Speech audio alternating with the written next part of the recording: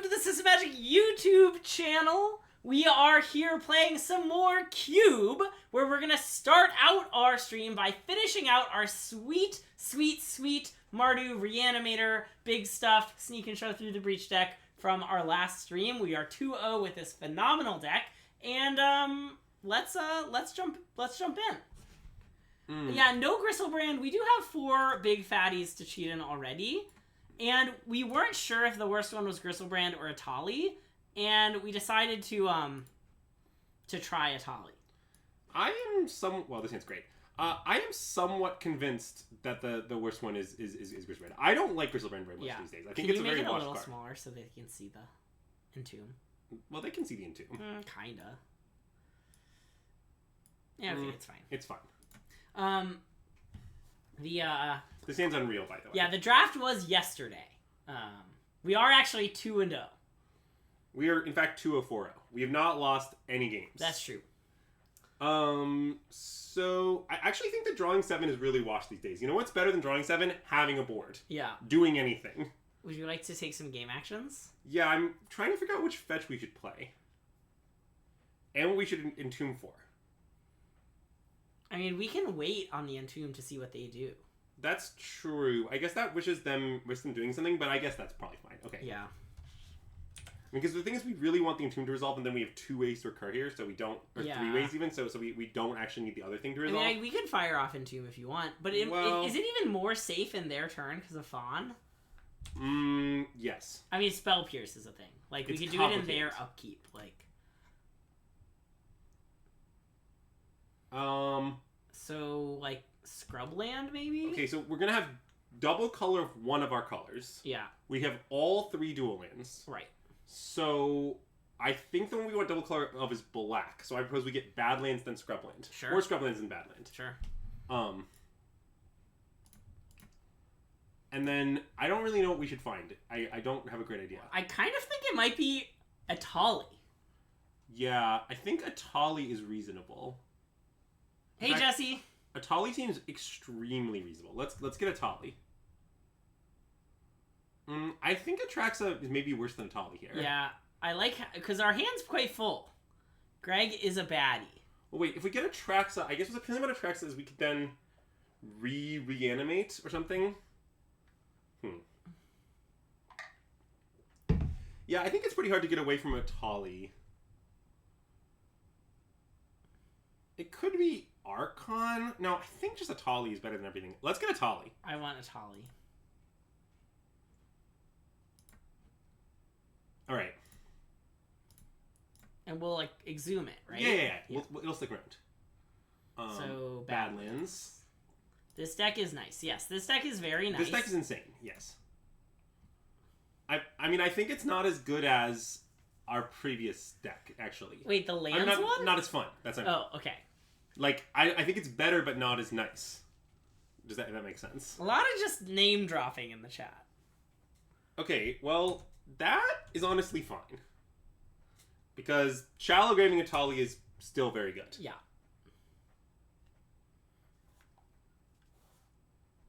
I mean, definitely getting concerned about this. Okay, so now I think what we should do is...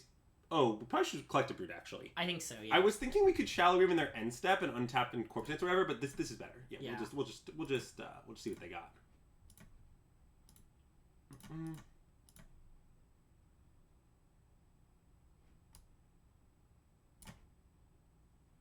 Didn't want to deal 2, gain 2?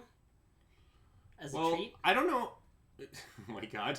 I don't know if he is or not yet, but you know. I do agree that Zoe saying her name like a Pokemon is quite appealing. Yeah.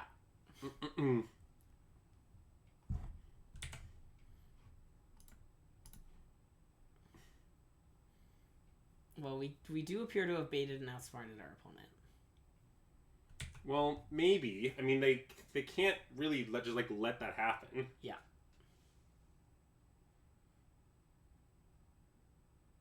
I'm a little worried this Atali isn't going to work out better than Atraxa. But we'll see. My worry is that we're going to hit like a counterspell off their deck. Bad news, opponent.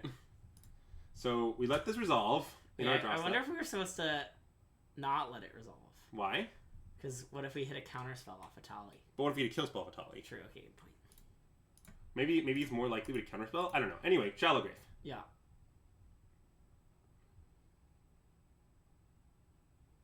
Alright. Well, those are some good ones. Yeah. Wow, look, Greg, I was incredibly rewarded. Yeah, it's true. So now we cast this and we cast this. Done. So now this resolves. We will touch V-Click. We could touch. Oh, Atali. But then they'll just take the Vindicate with V-Click. Yeah, good point. So that doesn't really work. Yeah, we should just take V-Click. Yeah. And now we have Sneak Attack. So we do need to at some point draw a fatty. Yeah. But that's not asking that much. And I don't know whether our opponent will take something around here. It's pretty debatable, I think. Like, our hand is 3 good spells, but they risk us drawing into something to sneak if they take any of them. But, like, it's also just possible that, like, kind of on average, like, Vindicate and Threat Comments are better than the average card. Take Corpse Dance to be unhinged. Yeah. But I can easily imagine our opponent taking one of those things here. I have an update. I don't know what a baddie is. Someone who's bad. That makes a lot of sense. Alright, well that's very good. I don't know if we want to sneak it in just yet. I mean, we could, but waiting until next turn is kind of appealing for a lot of reasons. One of them being we could just cast it. Sure.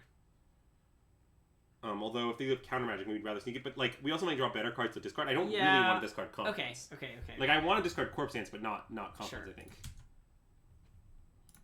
Alright. Also, we could sneak it at EOT, is another option. Oh, that's true.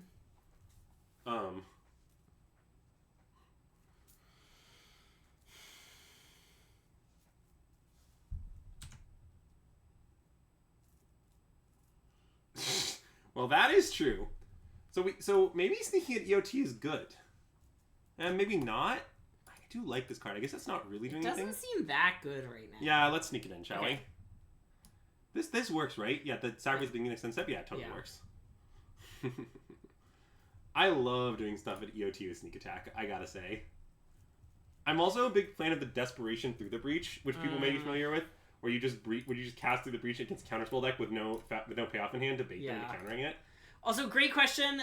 Ooh, beautiful. That's an insane draw. Holy crap. In fact, I think we should ephemerate it before we attack, because I want to draw into a fatty to then sneak. Oh, sure, okay. So I want to play Mountain Ephemerate. What if we just hold them... Wait. Oh, right. Still draw two. Yeah, okay. So I think I'd rather than Sure, play. yeah. It could work out awkwardly with colors or something, but like it'll probably work out great. And if I want to counter this, like, alright, whatever. Our deck is so great.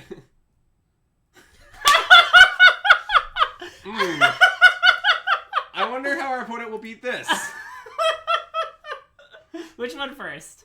This one is good. Okay, sure. Well, then we go to combat, we see what they do. Don't you want to... Well, Cryptic Command exists. Okay, sure. This is a real thing. Okay, yeah. So this forces Cryptic, or else they lose. Okay. Nice.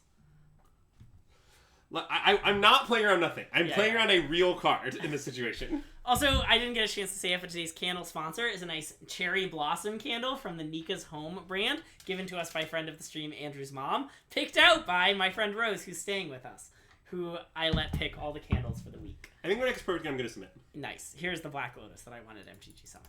Zax, I think that if we counted all uses of the command Zax by person, you have used the command at least half of all usages. Way more.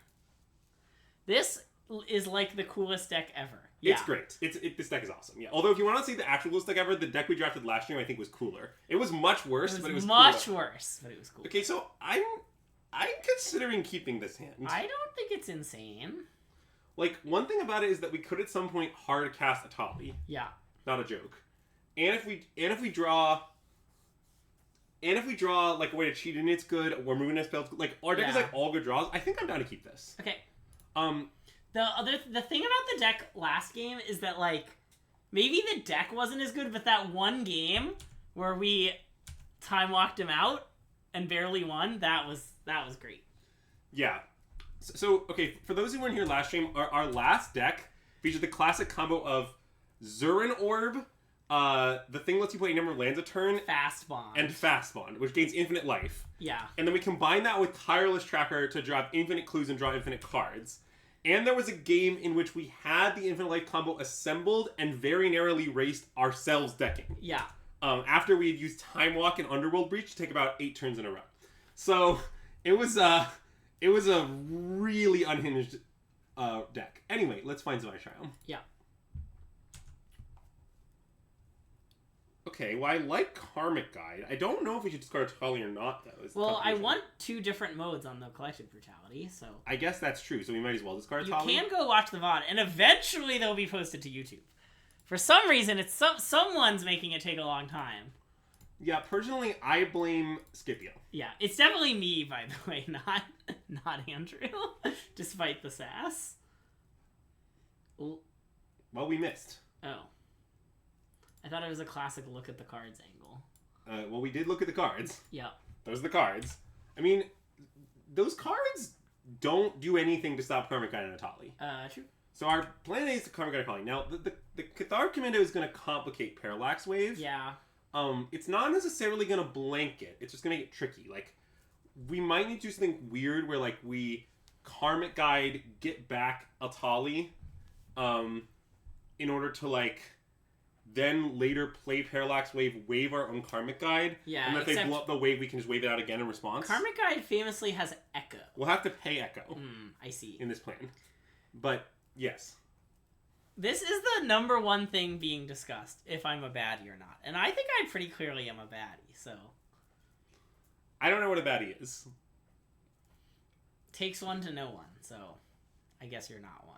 Yeah, I mean, that tracks. Ooh, are you ready to Cycling 3? I sure am ready to Cycling 3. What land did they play? Sorry, they played, They played a Plains? Plains. I already did it. Okay. Did it. Yeah. Shark Typhoon for 1. And you Shark Typhoons for 1. Okay. 1 Shark Typhoon for 1.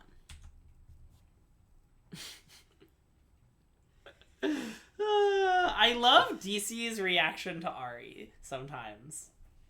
Our mana is... This deck has insane mana. We have, like, 9 sources of all 3 of our colors, which, as you might have guessed, means that we've been color screwed every game. We have been color screwed every game. But despite having the best mana I've ever seen in Vintage Cube. It's hard to do much better than this deck. Like, it's, we just have the Triome, we have all 3 Tri-lands, we have 2 on-color fetches, and a bunch of random other fetches. Oh. Well, that's interesting, because now we could play wave... Now I almost want them to hit the wave. Really? Okay. Well... Or I want them to... We should bait them with one of them. What if we play Sneak Attack? Because we don't care about Sneak? Yeah. I guess we don't really care about Sneak. We have like a Through the Breach too. Yeah. Okay, I guess we can Sneak bait. Yeah. Because like, there's no way they don't Cathar Commando this. Like, it would be unreasonable to not Cathar Commando this. I think. Yeah. I mean, they might not do it because we just gave them a Sneak to Cathar's Commando. No. They're gonna do it. Come on. I mean, they might attack us with 3 first. I mean, that I think would be very reasonable. But nope, not even gonna do that. Just fire it off. Also, I think that island might be one of the ones they put. I think you're right. Yeah. Because they cycled for Tart for 1, then Tart land. Yes. Yeah. Now, the only card we know is Culture Complete, which means this Karmic Guide might not resolve, in fact. Yeah. But, yeah. In fact, one possibility here is that we just don't play it for a little bit. We could play Through the Breach. We could also play Parallax Wave. Oh, that's great. Let's clear the way with that. Yeah. Love it. Love the Concealing Curtains draw here. All right. Let's see what our opponent's concealing. Is Make Disappear in the cube? It's probably not good enough. Right? I don't think so. I mean, like, Miscalc is in the cube. Okay, yeah.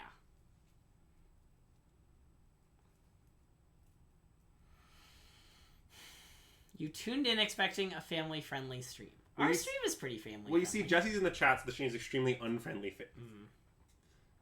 Unfamily friendly. What, Concealing Curtains? I think curtains. I like Concealing Curtains. Yeah, I think I've had it. It's been quite good for me.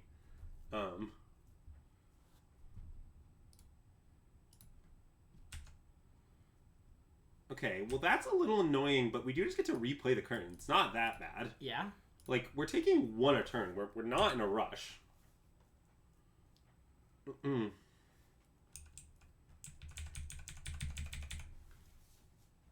Do you want to close the game log? Oh, we can close the game log. Nice. All my homies hate the game log.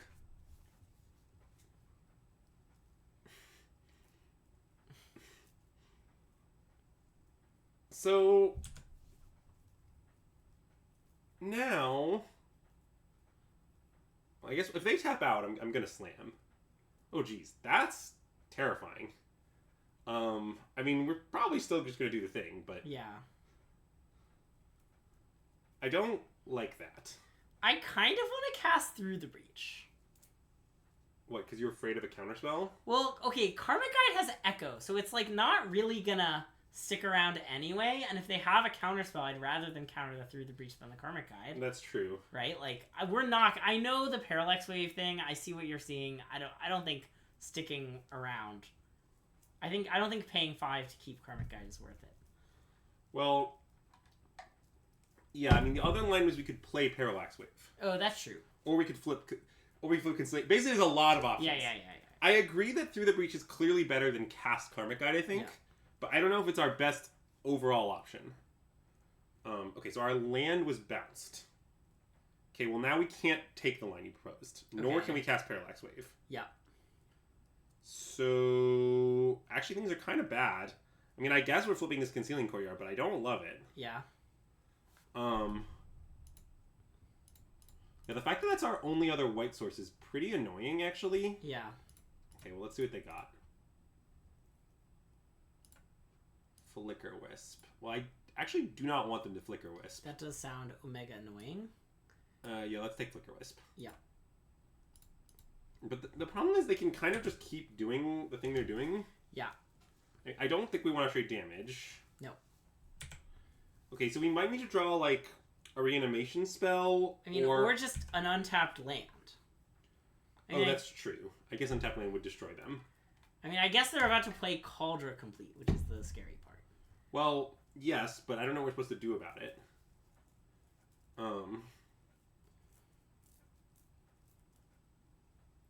Dawn, it's part of my charm. What are your 3 modes? What?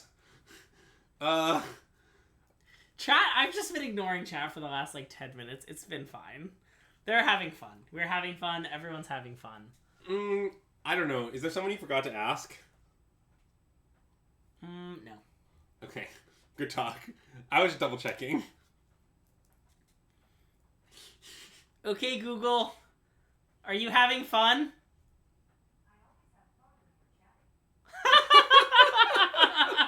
I don't know if chat could hear There's that. no way they heard that. She said I always have fun when we're chatting.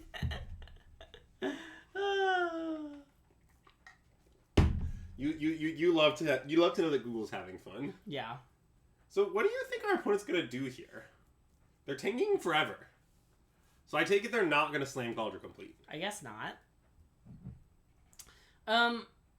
Great question about today's candle sponsor. It's a nice cherry blossom candle from the Nika's Home brand of candles, given to us by friend of the stream, Linda Ellenbogen, aka Andrew's mom. Yeah, what Scipio said. Yeah.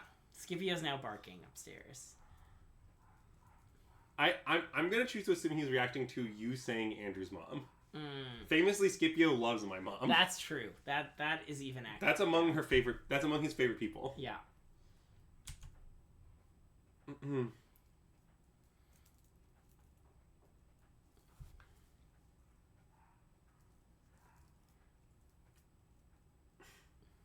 Man, I didn't know Venser could bounce lands. Greg, Venser's not a card made recently. Well, when at MTG Minneapolis, I played Sam Black's Commander Cube. God, another card we can't cast. That sucks. Yeah, I mean, I think we're gonna lose this game. It's not guaranteed, but I don't like what's happening.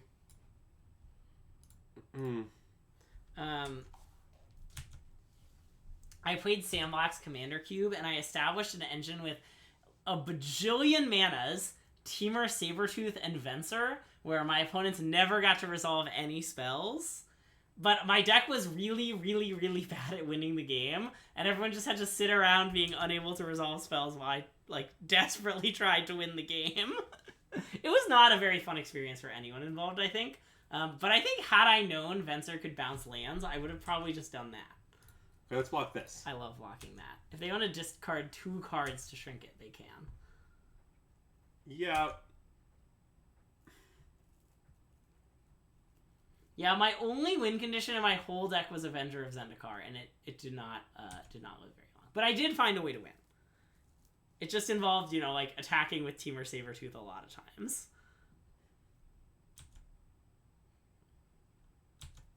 I mean, yeah, if we just draw a land, the game will end rather immediately. Okay, so now we just threw the breach. I think so. Do you want to wait?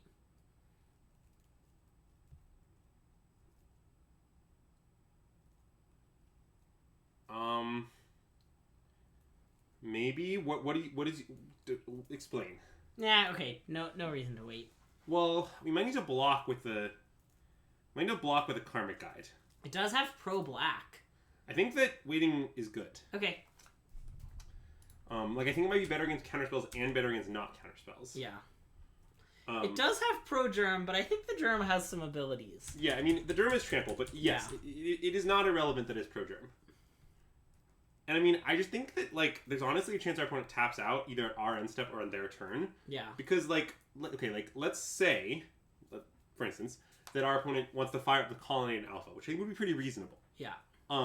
Then like we'd want them to not know that we're gonna do this thing. Yeah.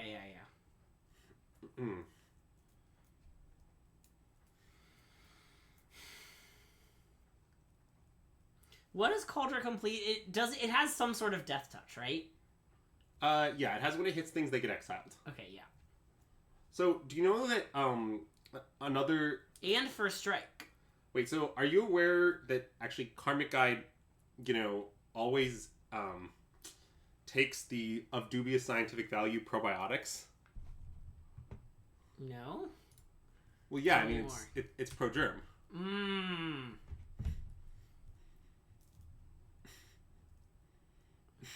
Any further questions? I thought it was pretty self-explanatory. You answered all my questions. If they have a counterspell, we're dead at this point. But Yep. That's life. Okay, cool. Karmic Guide. Get back a Tali. And let's spin the wheel.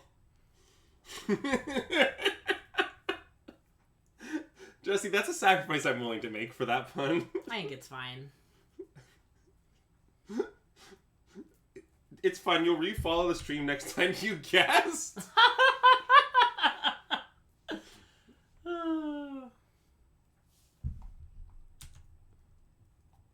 Okay, well, those are pretty good.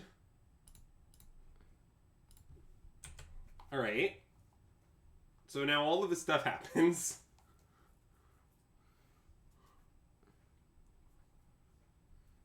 Who says this card isn't better than Crystalbrand? Anyway.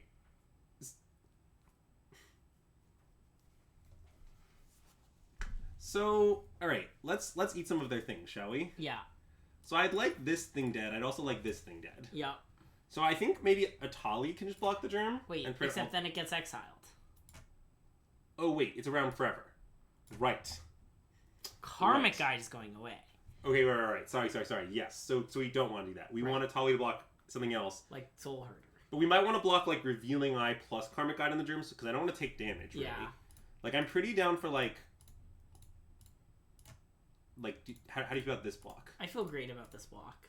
And like both these things will get exiled by this. It's fine. But I think that's fine. I just want to not. Well, in fact, Karmic Guide won't get exiled by it. It doesn't take damage, but. Okay, but you know, it's fine. Yeah, I like this. Me too. And even if they have some sort of rule spell here, we still don't die. Live, yeah. So it's pretty much fine. And like if the bouncing stops, then like next turn we can just Parallax Wave and clean up the germ and clean up everything basically. Yeah, I mean, we can't actually Parallax Wave next turn, but you know. Oh, that's true. But I guess we'll just Lothari Sun's Glory, maybe. Yeah.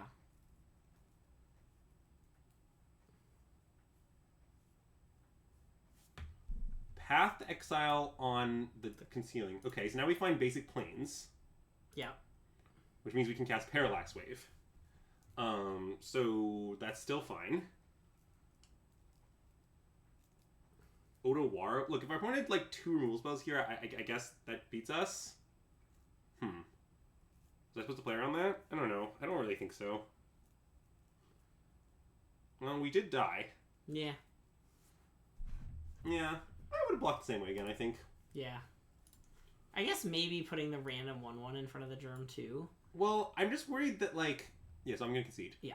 I'm just worried that, like, there are situations where not having the extra 1/1 costs us on future... Like, I don't think it's the case that we deterministically win if we untap. Yeah. Basically is my Yeah, point. and, like, path... I mean, path, snap, path is going to be really good against very us. hard. Like, yeah. It's like, okay, like, if we put 3 things in the germ, then yes, we're not dead to snap, path, snap, but then they, like... Okay, so they path this, they path the... Like, it's like... Save both their It's like guys. kind of still a disaster. Yeah, okay, you're right. So, yeah, I don't really feel bad about that at all. But we did lose.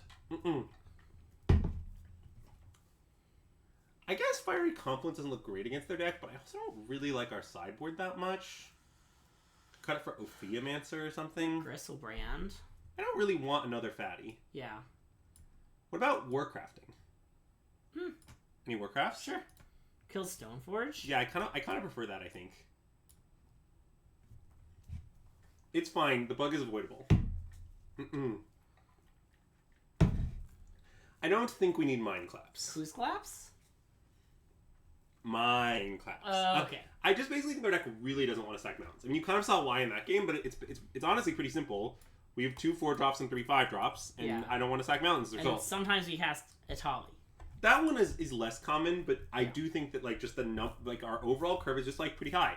And I mean, honestly, like, I think my average land count in Vintage Cube decks is less than 17. Sure. And I think it's kind of a testament to our high curve overall that I'm playing 17 here. Yeah, and we have, like, Pyro and Faithless Looting. Like, we have ways to get... We're not going to float. Yeah. Also, it's notable that we haven't seen any Planeswalkers out of our opponent. I don't know what we should conclude from it, but it is true. Good point. Because Mind Claps famously hits Planeswalkers. I guess this does too. So does that probably? Yeah, they both do. But yeah, we'll see if we can make arbitrary permanents from our board disappear, you know? Or not do that. Really, dealer's choice. Famously, what's Mind Claps is Mind Claps, you know? Okay. Yep, Gristlebrand's in sideboard. I think Sorry, it's correct. Gristlebrand. I think Gristlebrand is a lot worse than the other fatties in this deck. I do not like Gristlebrand very much. I think it's kind of washed. I like this hand. Yeah. I'm going to keep it, I think. It's a little weak, but... I mean, it's fine. Like, we want a bunch of disruption and, like, fair stuff against them anyway. And, like, this hand has that. I think an interesting question is, like, whether we should Brutality on 2. Because there's some pretty good reasons not to do it. Also, with this Wooded Foothills, I think my intent may be to fetch Badlands to avoid Venser bouncing our tap land. Oh, yeah, okay. So I think my intent is to play Concealed Courtyard and say go. Sure. Because of this. Yeah.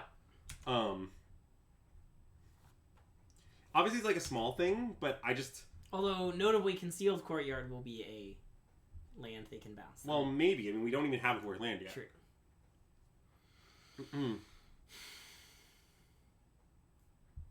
And, like, another reason not... And then the other question I have is, there's some reasons not click Retaliant 2. Notably, Stoneforge is a good reason too. Yeah. So, like, I sort of wonder if we should just hang out. Yeah, I like it. It's very mana inefficient. But I also just, like...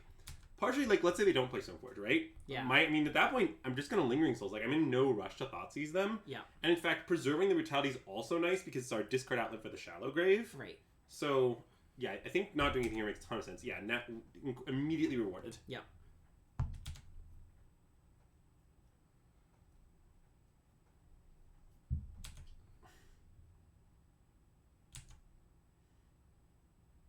Okay, well now we back at discard outlet, but anyway, let's collect Brutality. Yeah. I think discarding...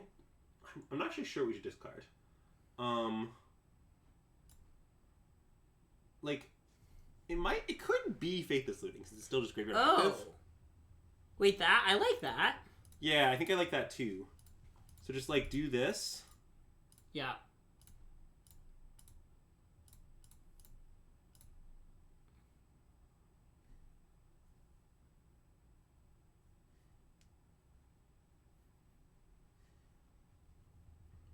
They have Force of Will for it?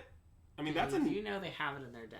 I mean, it's a little annoying. It's not that annoying. Like, Parallax Wave can clean up the germ. Yeah. And I bet it costs a lot to re-equip Galdra Complete. Roughly 7. That's the biggest number right now. I think you know 35. Not even in between, though. Wait, sorry, can you remind me what 35 is? It's about yay more than 26. Okay. Yay, I know. Yeah, it's about 3 yay. Okay. Do we need to discuss the bishop's problem again? No. It's 2n minus 2, famously. Yeah. See, chat, today we're discussing the famous 9 bishops problem. I'm not really thinking over what to force this. I mean, it's not crazy to force this, I definitely don't think.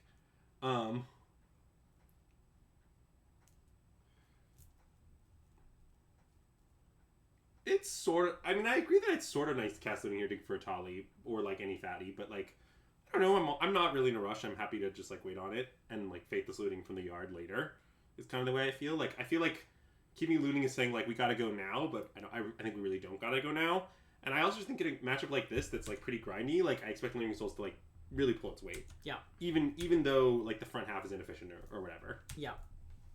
So now that we're thinking about playing 4th lane, maybe I should fetch the Triumph, although that lets our opponent red screw us with Fencer. I think I still shouldn't. I agree.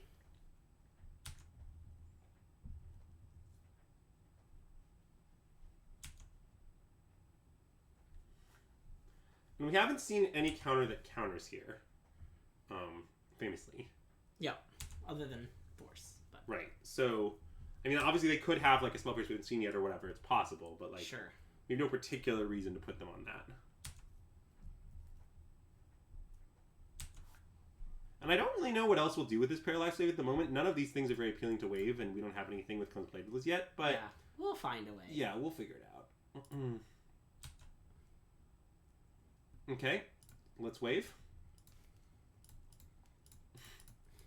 See, this is why I think Parallax Wave is so broken, though, because what's going to happen here is, alright, so we played a 4-mana card that like, basically cleaned up our opponent's whole Stoneforge Mystic. Yeah. Roughly. Except that is just going to sit around, just, like, really making our opponent's life unpleasant for several more turns. Which is really a lot to get out of, like, one card. Is kind of what I think is so insane. Also, just, like, imagine we draw anything with kind of playability, or, like, we cheat a fatty and then we wave it out. Like, there's just so many ways for this card to demolish our opponent here.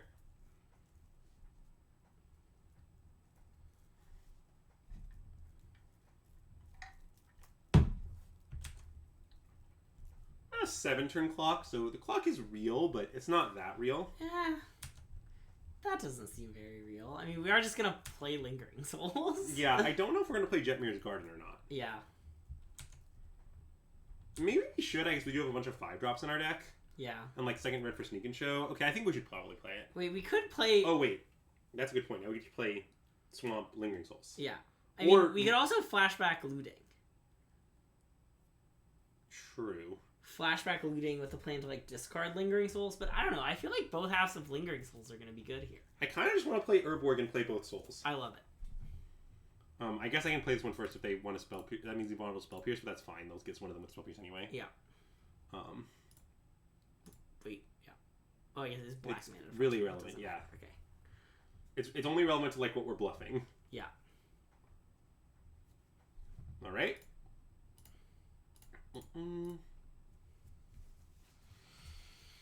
Classic add black situation. What, don't you love to add black and also add black? Yeah. I mean, Force Bike is not in the cube. Neither is Manatith, so there's not much bluffing here. He might be in the next cube we're about to play, though. So, yeah, we'll just hang out here. And we can Faithless Looting. We'll Faithless Looting soon. The Faithless Looting is upcoming. I mean, our opponent isn't doing much of anything either. Alright, Greg. Here's a quick pull for you. Okay. It's a nice pull. Okay. Wait, do we want to... Sorry, what do you want to do? Do you want to put that under the wave before they have... I don't think so. Okay. What is that? Oh, because, like... It's just going to trade with the wave anyway? I guess that's true. Maybe I should have done that. Sorry, I just had to stop, I guess. Yeah. I don't know if I really care, though. Maybe this is wrong. I'm not going to worry about it. I was saying some important nonsense. Yeah. How many turns would you say Wave has to live ignoring Cathar's Commando? 2. That's incorrect. Why is it incorrect? Wave doesn't have vanishing, it's fading. Oh, it's fading. Yeah. That's dumb.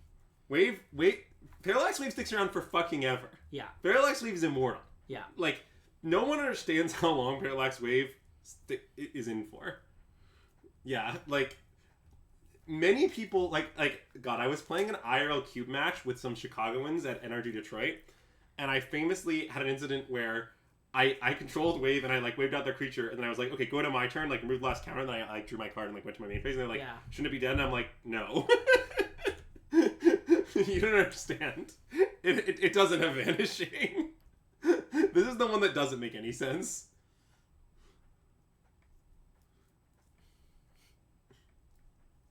It's a very well-designed mechanic. Let's Faithless Looting? Yeah, love it. I mean, if I counter this or something, it would be pretty reasonable, but... Yeah.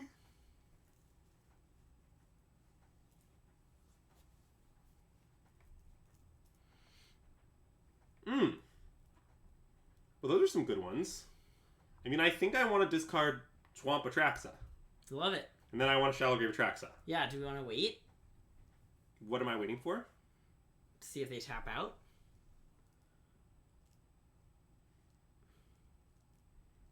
Oh, or like EOT it or something? Yeah. I guess that's pretty reasonable, huh? Okay, we can chill for a minute. We could also do something cute where we Parallax Wave the Cathar Commando. They're going to sack in response to kill the Parallax Wave. Then we Shallow Grave. I mean, that is what we should do, but like, we still do that any time. Okay, sure. So I think what we should do is discard these two. Yeah.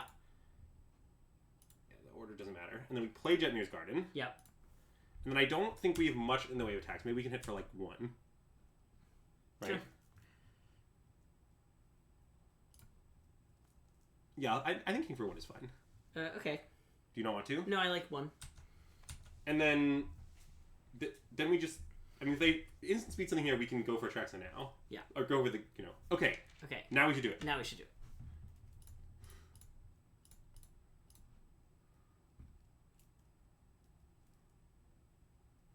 Nice. All right. Let that resolve. That resolves. Okay. Well. Oh, sorry. That's fine. So, Through the Breach is very good. Yes. And the only instant. Is Exhume an instant? I actually don't. No, it's sorcery. Okay. Wait, I don't think I want Exhume. Oh, you want Warcrafting? Or this? Or Vindicate. Vindicate, probably. Vindicate. Othari. I don't think we want the Karmic Guide. I don't think so. And then just a Mountain? Yeah, Mountain seems fine. So those cards? Yeah. That looks good. Okay. So we just say done. Yep. And then... We wave Atraxa. Oh my god. Alright. Now we let this resolve. Alright. Atraxa comes back. It's so nice. Okay, how about an Emrakul, huh? Oh yeah, maybe an Ephemerate. Oh yeah, that's good. I guess we can't take Corpse Dance and Ephemerate. It's fine, we should take Ephemerate, I think. Yeah, okay. And then Pyro and just Plateau. Yeah, just Plateau. That's pretty reasonable. Okay. Wait. It says it's not. Wait, it says that's not valid. Oh, those two creatures. Sorry. Oh, no Pyro. Is Pyro better than Emrakul? We do have Through the Breach in our hand. But like, okay, it's probably better. Yep, this seems fine. Yeah. All right. All right, your co-opponent. Good luck. And Atraxa 6 around. Yeah, and also there's 7/7 lifelink. Just if you were worried about it. Yeah, ignore what that says. We're not exiling Atraxa. We can discard Mountain, I guess. Sure. I don't think the second land has like that much value. Our hand is so obscene, Jesus. I also like how they know our whole hand. Oh yeah. Here's our 7. Here's our 7. Good luck. It is true that despite us tying it up a lot, Othari Sun's Glory has yet to do anything. That's true. So, but it certainly was the talk of the town. Yeah. It's okay. So next turn, the plan, I think, is we breach Emrakul. Yeah. If they counter through their breach, great, we bait a counter. Yeah. If they don't, we can attack, annihilate them, and then ephemerate Emrakul. Which is just so... Oh, wait, can we not ephemerate this? You can't ephemerate it. Famously, ephemerate has one or more Maybe colors. we should 3-breach Itali, then. I want to throw the breach Emrakul. Let me put it this way. I'm not saying it's the right play, but what if we threw the breach Itali? Okay, they handle the Atraxa. See, they're well on their way to recovery. One issue done. Because the thing about Itali is, if they live, we can just cast it. Yeah, that's true. Alright, fine. We'll kill our opponent with Through the Breach Emrakul. You can Through the Breach that if you want. Yeah. That sounds pretty good too, I guess. I guess it's one off killing them, which is kind of awkward. Itali flips Atraxa. I mean, it might flip Atraxa. We don't know. It could. This second from the top, right? Oh no, we drew a card. So it will flip Atraxa. Okay, I guess Itali's pretty good, huh? Let's cast Through the Breach. Okay. I like casting Through the Breach.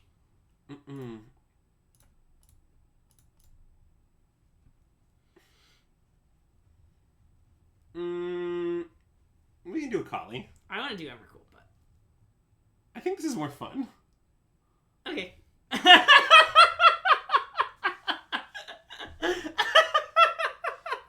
Oh, God. What a masterpiece of a deck. Alright, so just to be clear, the 3 cubes that we got that in stream were Easy Trophy, and the lands deck that was maniacally fun, but sadly only managed a 2-1. Yeah. But yeah, I mean, this deck is completely insane. It's absolutely. very close to the ceiling of what you can expect from a just kind of Reanimator / Sneak archetype. It just has all of the best fatties. Emrakul, Archon, and Atraxa are my top 3. Yeah. I think my 4th slot is close between Griselbrand and Itali, but I'm honestly leaning Itali at this point. Yeah. It was very impressive this draft, and the hard cast ability is pretty real. So yeah, it has great discard outlets. Entomb is the best discard outlet, as I often say. Yeah. Faithless Looting is very good. Season Pyro is very good. Yeah. Pretty robust Plan B, like Thought Season, Collector Brutality Clear the Way, Lingering Souls and Season Pyro is fair cards. Parallax Wave just doing Parallax Wave nonsense. Karmic Guide coming in, being a nice comes playability. Yeah, for that was Parallax Wave. our 45th pick, if I recall correctly. Yes. Yeah. And it was just great in our deck. I think Karmic Guide is honestly very good in the cube and quite underrated right now. Yeah. And I haven't played that much with Ephemerate, but so far I think, that the tides are rising on Ephemerate. Yeah. I'm a pretty big fan of it. Would you say morale has improved, Andrew? More cubing. More cubing! Except different cube. Okay, Greg, swap cubes while I grab my cubes. Okay, wait, I'm gonna say we're gonna be right back. Wait, you don't have to say that. No, we're gonna be right back. Look, it's offset. They can kind of see what's going on. What if chat doesn't want us to be right back? We'll be they can still hear us.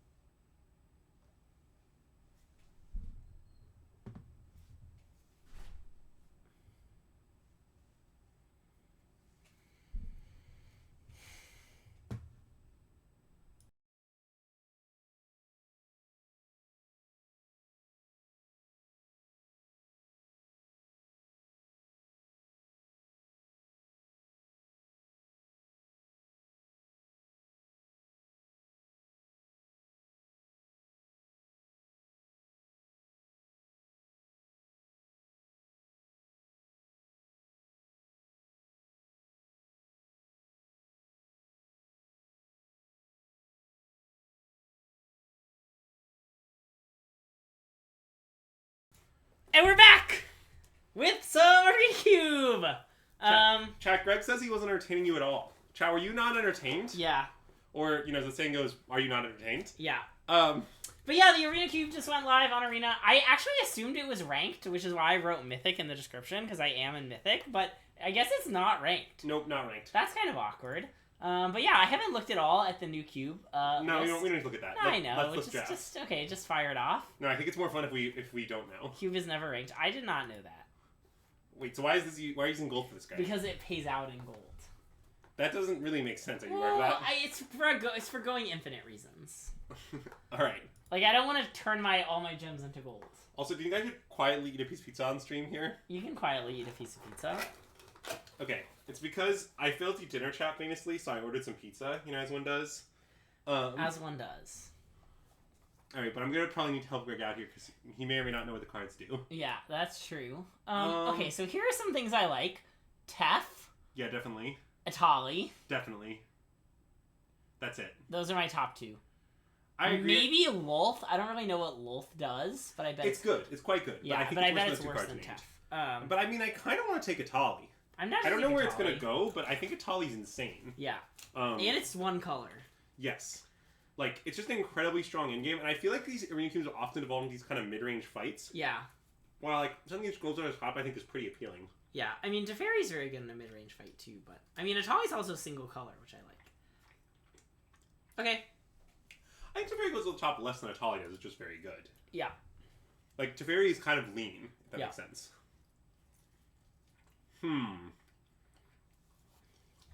I mean, we could, even though it means we can't play it, we could take Jignatha. Also, wait, I think this card might be insane.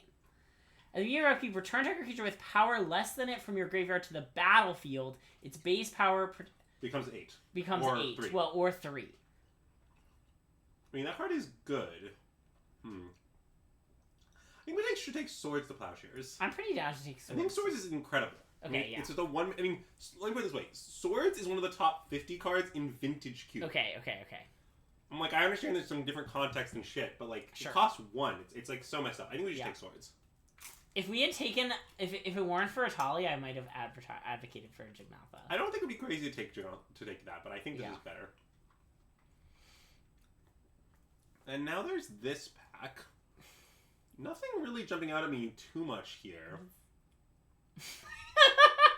Wow. I mean, that card isn't bad. I assume it's very good. Yeah. Ninjutsu 1? That card seems kind of fucked. Yeah, I'm down to take it. Mostly because it's very funny to me. Well, I mean, the other options like Wrath of God or something. But sure. Yeah, I think taking this is good. I don't think we should take Emrakul, though. I do imagine it's quite strong. Yeah. Yeah, I like taking that thing. It's too funny, too, is part of it. Ooh, Scarab Geezy? I assume Scarab Geezy is pretty busted. I mean, it doesn't really go that well with picks we have, but I assume we should slam Scarab Geezy.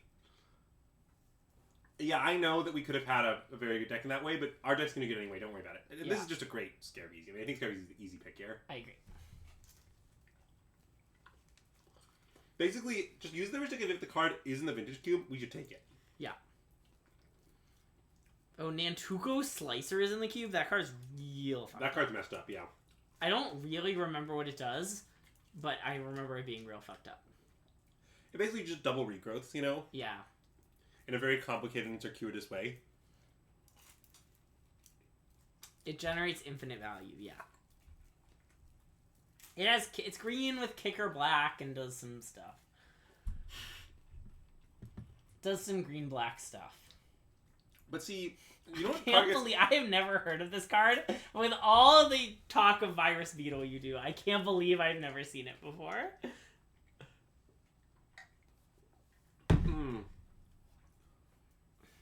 Like, Swarm Saboteur gets in value. Aware of that? It does the same thing as Nankuto Slicer at 1/3 the mana cost. Yep. Also, I assume you can just play this on 2. It's not that bad. Like. Yeah, I think you just can. Yeah. I mean, Yawgmoth is pretty interesting. I agree. What else in the pack? Wait, what? This is Gyruda. That's Gyruda? Yeah. I mean, our cards what's don't... this? Cards that share a type gain. Yeah. Well, that card is good, the counterspell, I think. Yeah. It's like you counter a creature and all your creatures cost 1 less in your hand. Yeah. I don't know if it's better than Yogg, though. I mean, I like that Yogg goes nicely with Swarm Saboteur. We could take Darkslick Shores, chat saying. Well, we could take Darkslick Shores. You have, like, we're probably leaning towards being blue-black. Yeah, we might be more the colors than that. Maybe. I think I want to take Yogg. I want to take Yogg, too. I think Yogg is really strong. Yeah. And I think it's very good with Swarm Saboteur, and, like, we kind of got a stew cooking. Yeah. I mean, I don't mind just Sorin the Mirthless here. Like, these blue cards are fine. Sure. But our deck doesn't really look like it's going in a Hadijin direction. Yeah, I mean, there are 2 good green cards. Like, we could take Glissa or Titania's Command. I don't think Titania's Command is good. Oh, it's probably not that good in Q. I suspect it's, in fact, bad. Okay. It costs 1 million and doesn't do that much. Okay, and I bet Glissa's better than Soren, but the fact that it's...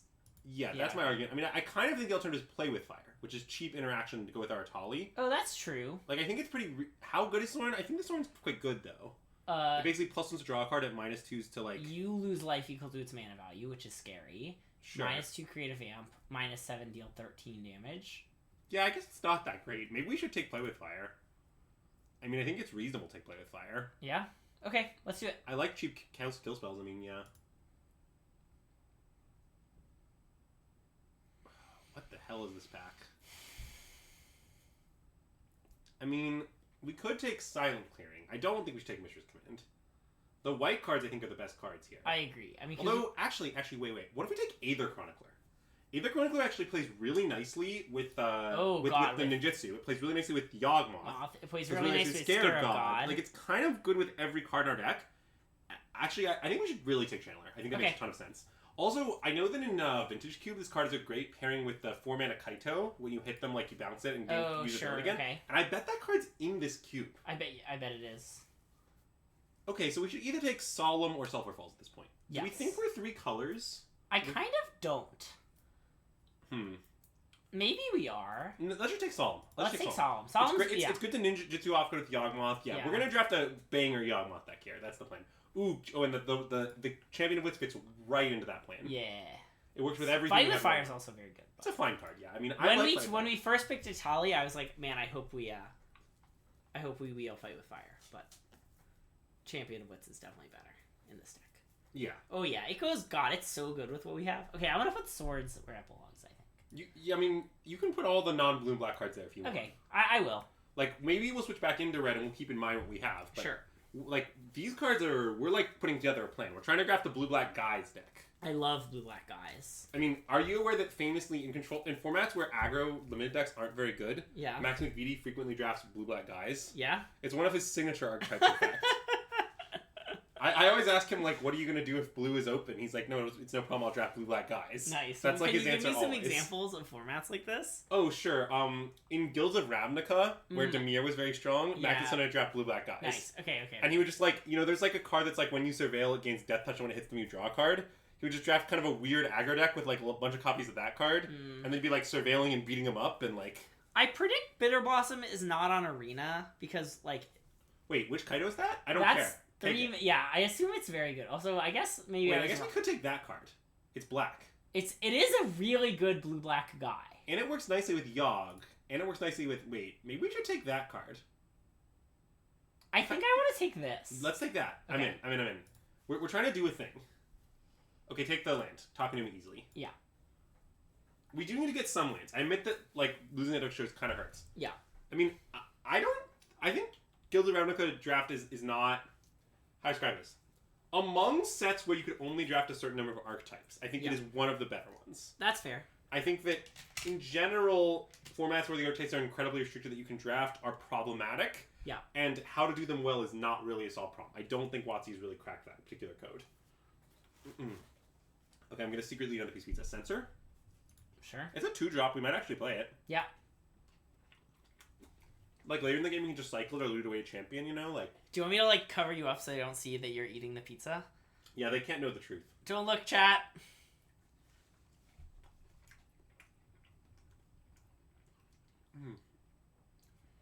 Nice. Let's go! That is great. What pizza? I don't know of any pizza. Ugh. Yeah, it was a classic I failed to eat dinner moment, and sometimes when I failed to eat dinner, I just, like, order something crappy after the stream, but this time I was proactive and actually planned, but therefore my pizza arrived midstream. So, Ooh, we might play either of those, actually. Which one is better? I think maybe Mutavault is better. I love Mutavault. I think we should put Mutavault in our blue-black deck. Yeah. I don't think that card is playable. I predict it's not, but let's put it in for now. Wow! Blue-black guys! I mean... This is a great blue-black guy, right? What does the card next to it do? Oh, that's true. We should read this card. Target player sacrifices now. When they do, you may discard a card. If you do, conjure a duplicate, which you can cast. That's pretty good. I don't know if it's better than Archpriest of Shadows, honestly. Yeah. Especially with all these synergies we have. I think we should take that. Okay, I want to do that too. I guess this might wheel. This would be very good in our deck too, I think. That'll wheel. That'll be fine. Yeah. There's no way I want to take it over the other cards. So, there are some good options here, right? Like, we could take either of the artifacts. Or... I want to take Hangerback, I think. I'd like a 2-drop, nice cheap card for our deck. I like that it has all these synergies with our various sack things. Like, that's like Yawgmoth or what have you. It's good with this. It's good with Swarm Saboteur. Like, it looks... And I'll just like that it's a cheap 2-drop. I mean, honestly, I think that's, like, pretty significant. Yeah, I like it. Always take the cheaper card is a good rule of Cube. Yeah. Okay, let's read this card. When it enters the battlefield, return target non-land card. Wow. I think that card seems messed up. It seems good to me. I don't know if it seems messed up. Okay, I mean, I guess, like, Morbid Opportunist is pretty... Oh, wait, this card might be messed up. When it enters the battlefield, return target creature or opponent with power less than it to its owner hit. If it wasn't a token, conjure a duplicate of it. I think we should take this card. That card seems very good to me. Okay. I mean, I also think Skyboat is quite good. Oh, I didn't notice Skyboat. We could take... I think I want to take this weird prototype card. I don't know if this card is better than Skyboat, but it might be more fun to take over Skyboat. I mean, I like that it's 4 or 6. Like, I like that it's cheaper than Skyboat. That's true. We can take that. Yeah, okay. Okay, well, blue black guys is definitely open. Yeah, do you want to take Cut Down? I think so. I think Cut Down's the pick. Man, kind of what's the alternative is my question. I mean, there are just, like, I don't really want to take another expensive card. I'm going to take this out of our deck. Like, this is a fucked up card, but, and this is pretty bad in our deck. Yeah, just take Cut Down. I'm in. Yep. I guess we could take the blue-red land. Maybe that's the option? Yeah, I don't really like the Horizon lands that much in decks that aren't playing both the colors. Yeah. Well, I meant that in case we splash black. Splash red, sorry. We're not going to do that. Alright, look at our curve.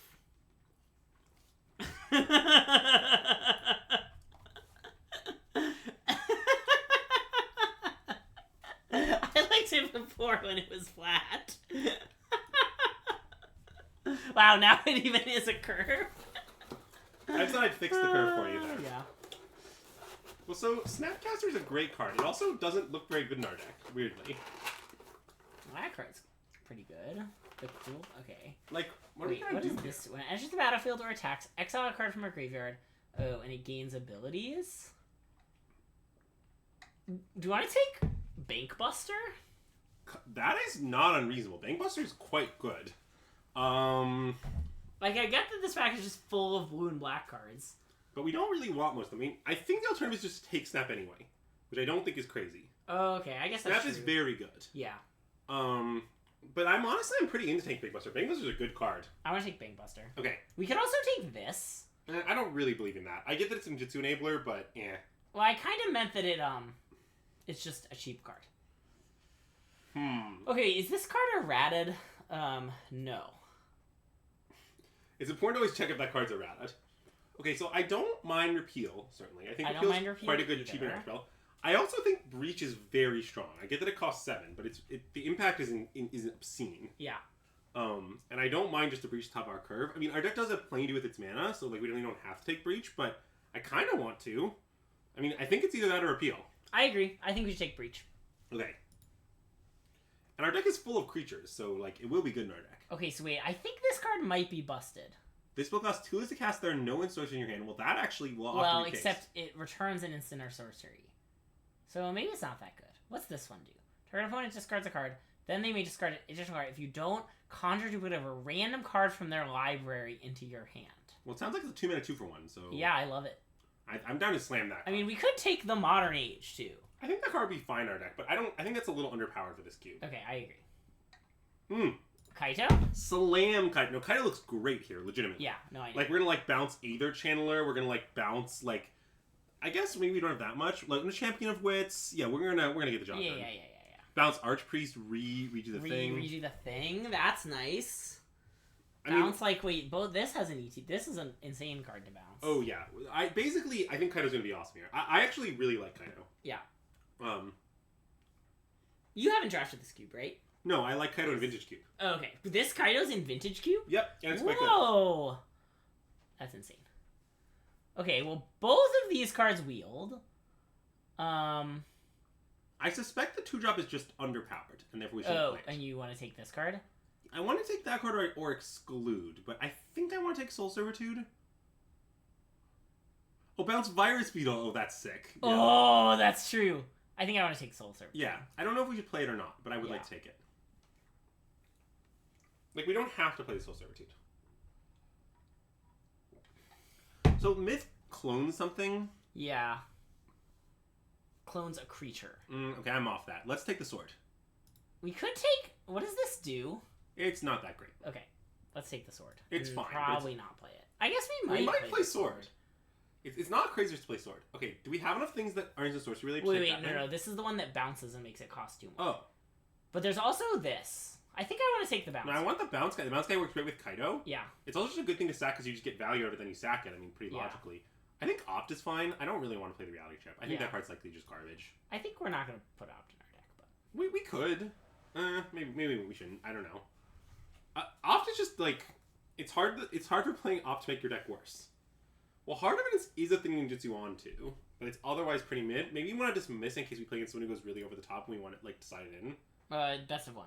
Yeah, okay, fine. Take Heart of Evidence. You convinced me. I mean, I guess we could have. Maybe we just should have done best of 3. Dealer's choice. I choose Elias Okor. I sort of don't know how to. I never know how to make a decision about best of 3 versus best of 1 on Arena. We might play that. I mean, I don't think it's great. I think it's a little underpowered, but I think it's fine. Wow. Okay. So here we got some interesting options. I would like to take one of the blue cards. That's what I would like to take. Counterspell or Time Warp? Yes. I don't know which one. We could take Zangoth Triumph. I know. I get where you're coming from. Yeah. It's going to wheel, though. Okay. But I kind of want to take Counterspell. I understand it isn't that reactive, but I think, like, get ahead and then hold up Counterspell is often a great plan. Yeah. I don't want expensive counter magic, but cheap, good counter magic like that I think is invaluable. I love it. Yeah, so I would take that. Time Walk Wheels, though, I would definitely take and play it. Happily. Okay, I just want to take Drown Catacombs, I think. Just good fixing. Nothing really to see here. Wow. That card, I think, is insane, but we're not going to take it. Yeah, I only read half of it. Oh, yeah, the other half's good, too. Nice. We definitely should put a like major priority on lands, though, since we are almost at playable count. Yeah. Although some of these could could go. Yeah. Like, I don't really know if I want to play this Soul Servitude, TBH. Yeah. Okay, wait. I think Mage Spear is another great cheap counter magic card. I agree. I'm pretty down to just take it. I don't really know what the alternative is. I mean, I guess maybe Invasion of Ravnica is the alternative. That exiles a colored permanent and then becomes a... Yeah, I mean, I kind of like that's a battle, but it's not that great. Yeah, I think maybe this is the other option. Also, didn't we see this card in another pack, or am I misremembering? No, it was in our Vintage Cube deck. I thought I saw it early on this. I must be thinking of something else. I just like taking Mage Spear, I think. Yep. The classic plan of get ahead and play counter spells is pretty good. Okay, let's read some cards, huh? Turf reveals each non-creature, non-land in their hand. If they didn't reveal a card this way, it cycles. That's pretty good. Alright, kill spell that gains you 3 life if you weren't the starting player. Sure. And there's also Pact Negation. But I guess it isn't a great Pact deck. I don't think I want Pact. Yeah. Okay, what does Mindspike do exactly so I can read it one more time? It's Duress, except if they miss, you draw a card. And you lose 2 life. Yes, always. That card seems fine, honestly. We probably should play it. Okay. I mean, Duress with, like, no downside is, like, pretty real, I think. Okay, I mean, I do think Shield's Edict is good removal, but Molotov does a lot of nice stuff in our deck. Oh my god, it's so good. Yeah, like, bounce it with Kaido Dancing Shadow, recur it with Archpriest of Shadows. Oh yeah, you don't get full hand info is true about this card. They just reveal the Duress hits. Okay, sure. That's a reasonable qualm, but yeah, I'm fine with this.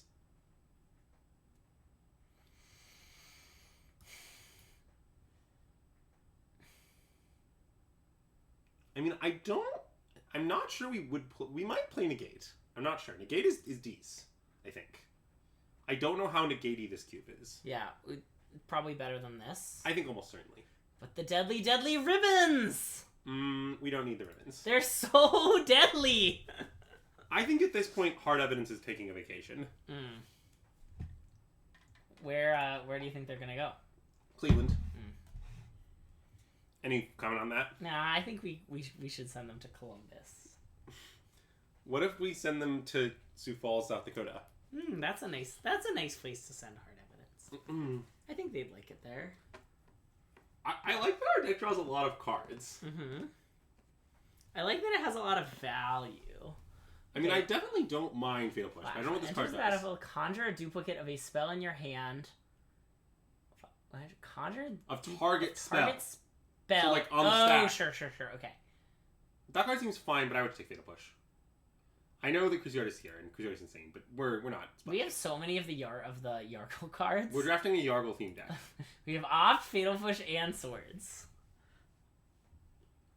I understand that Revolt isn't trivial to enable, but actually this deck is kind of better at most than it. Yeah, that's true. Like, Bankbuster makes a treasure, Yawgmoth sacks things, you know, like... The Modern Age, which probably isn't going to make our deck, but... Yeah, it could. I don't know. What's this one again? I think that one is very good. Yeah, okay. It's just an easy 2-for-1. It's a 2-mana 2-for-1 with a lot of words. Okay. I mean, I assume black 2-1 isn't good in our deck, even though we have Swarm Saboteur. I agree. I don't hate Revoker. I don't hate Supreme Will. I don't hate Frost Titan. Actually, we kind of didn't get there on, like, really expensive cards. We can take Frost Titan, yeah. We've done a good job keeping our curve down, and this is our reward. Is kind of the way I would think about it.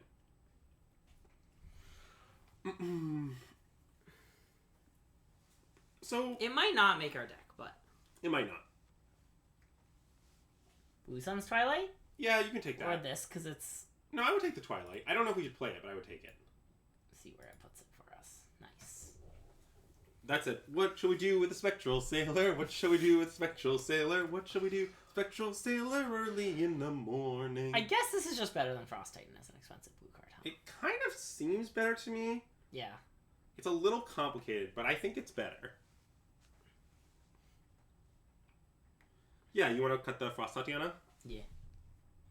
I also want to cut Censor. Okay, I'm okay with that. Is that card good in our deck? The flip side is pretty interesting. Yeah. We could also take this. I kind of want to take our Yaya. Okay, I bet it's not going to make our deck. I bet neither is going to make our deck. Okay, take the Pack Negation, but we don't have to play it. Okay. Disrespectful. Yeah. The way I feel about Pack Negation is this. In some decks, what your deck does is tap out for something really messed up. Yeah. And then you hold up Pack Negation, and like if they deal with it, you just packed, and then you kind of can't lose. But this deck isn't really about that kind of thing. Our deck's pretty lean. Like, we'll mostly be able to leave up our stuff, I think. So, I don't really think we should play Pact in this deck. Cool. That's true. We do have a lot of prototype things. Like, maybe we should cut Twilight also. But we do have a lot of cuts. Let's cut Pact, first of all. Okay. Then I'm not sure we should play Mind Spike. I think it's fine, but I'm not sure we should play it. Wait, hold on. What? I can't get rid of this? No, that's the cube art. That's there in the cube. No, it's not. I think it's because I have it in my collection. Oh, no, good beats. It is good with Scarab God. I just don't know how many Scarab God-like game objects we have. Yeah. Also, Scarab God mostly protects Scarab God. I understand there are some rule spells that still kill it, but like it's not that easy.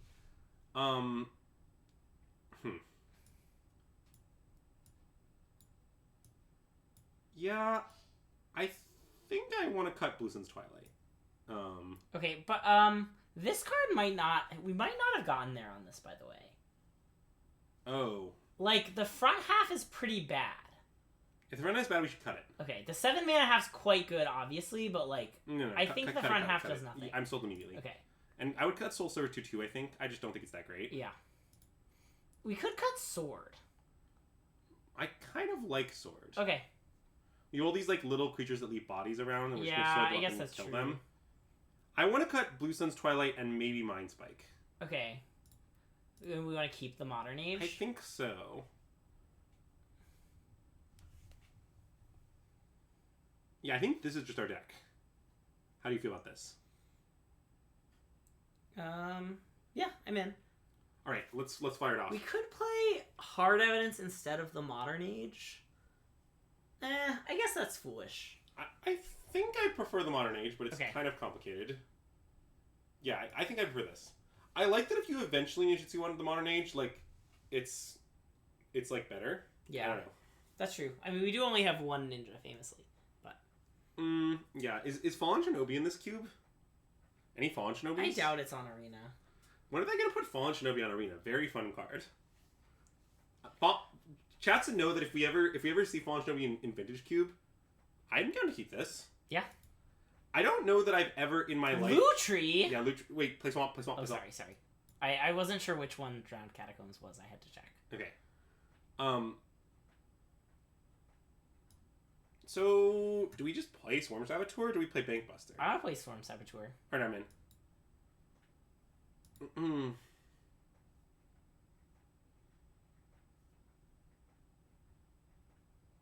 I mean, that card's annoying. We'll probably kill it, though. Yeah. Yeah, I mean, I imagine... I was aware Lucci was in the Arena Cube, and I imagine it's the best card in the Arena Cube. Yep. So we can Catacombs now, I guess, right? Yep. Do you want to just cut it down? Yeah, I'm done cut down. All my homies love to cut down Fairy Mastermind. Are they going to counter it? I mean, if so, we just attack with Swarm Saboteur. It's not that big a deal. I mean, this is totally fine. I was much more worried about them saving it than I was about them killing Swarm Saboteur. Yeah. I just battlefield. Return target creature your opponent with power less than it to its owner's hand. If that creature wasn't a token, conjure a duplicate into your hand. Potentially gains... Okay. So basically, bounce something and we get that thing. Yeah. That's what it says. And that's a little annoying. Mostly just because it's not that easy to pressure. I guess we could just play a vanilla 3/3 and kill it. Yeah. That isn't crazy.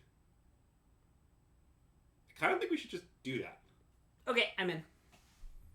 It's also a body for us to put the sword on next turn. Yes, it's convenient for like many reasons.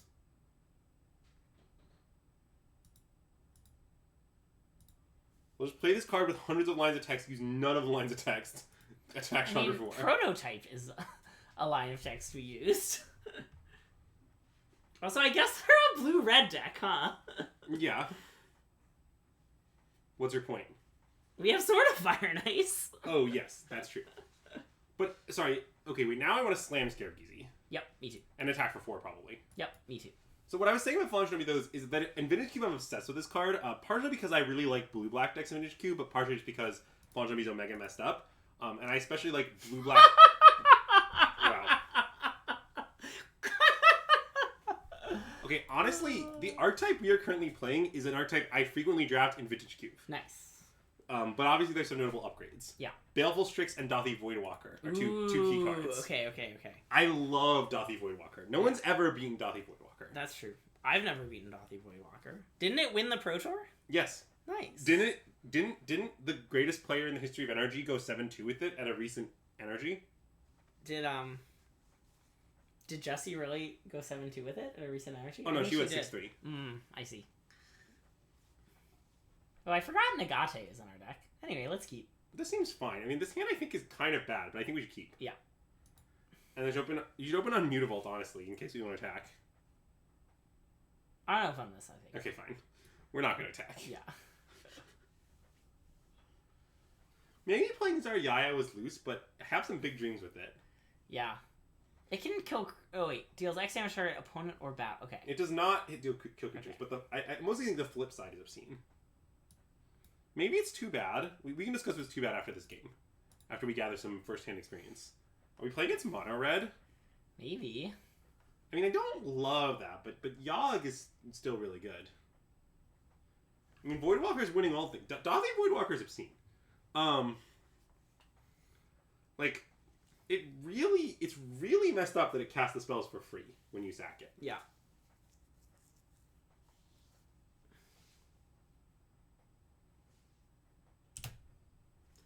It is very hot in Minneapolis. That I can. So, we shouldn't block, right? I think blocking is unhinged. Okay. Like, they have to have... Like, they're going to shock the Mutavault and our lane's going to be gone. I'm taking the wheel. That's fine. I'll take the wheel back now. Okay. Do you want to play this and make a bird? I think I do, yeah. That Because seems of pretty Yogg? good. Yeah, I mean, Because of Yogg, because we're just going to block their thing, just for various reasons. I mean... Ah! God, I think it's kind of hilarious that either Channeler is in all these cubes now, which it makes some sense, but it's also just, like, not better than Angelic Overseer. Yeah, famously. Scoos. Well, it's just that as the power level increases, the, like, relative value of drawing a card versus, like, impacting the board changes is why it makes sense, but it's still just very funny. I'm down to trade. I think so, yeah. I mean, we are feeding the Scoos, but I think that's okay. I think it'll be okay. Yeah. And then you just want to play Yawgmoth? We could play Solemn Simulacrum. That's true. Let's play Yawgmoth. I think I want to play Yogg. I guess the reason to play this is then next turn we can play Yogg with Negate up, because this gets a land. Oh. They have 2 lands. Just play Yogg. Fine. Just play Yogg, don't attack with the bird, pass. And my intent is to just block Scoos with the bird and sack it to put my -1 counter on the Scoos and draw a card. Yeah. And, like, look, even if they like, spend their whole turn killing Yogg here, we still get draw a card and get -1 counter on it, like, is that even bad for us? Yeah. And then we'll, like, at some point, our Yaya back the Yogg, and then, like, we're like, really doing it. Also, any Kaitos? Any Kaitos? Maybe we passed a Kaito. Any Kaitos? I'm probably really thinking over their options here. Really mulling over. I mean, they've been mana screwed. They probably have a lot of stuff they can do. Okay. Such as eating our other Chandler. That is one of the things they can do.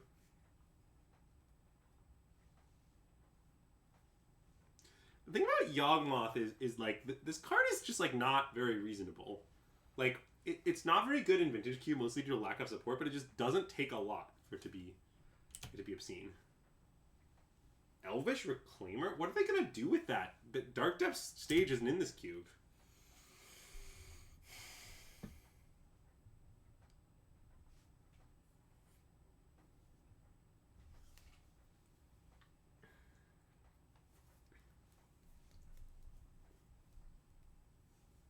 So block with bird, right? I want to block with the bird. I don't know if we should -1 counter, but we should definitely block with bird. Like, it's not crazy to -1 counter the Elvish Reclaimer, I think. I think that's what I want to do, actually. Yeah, I'm in.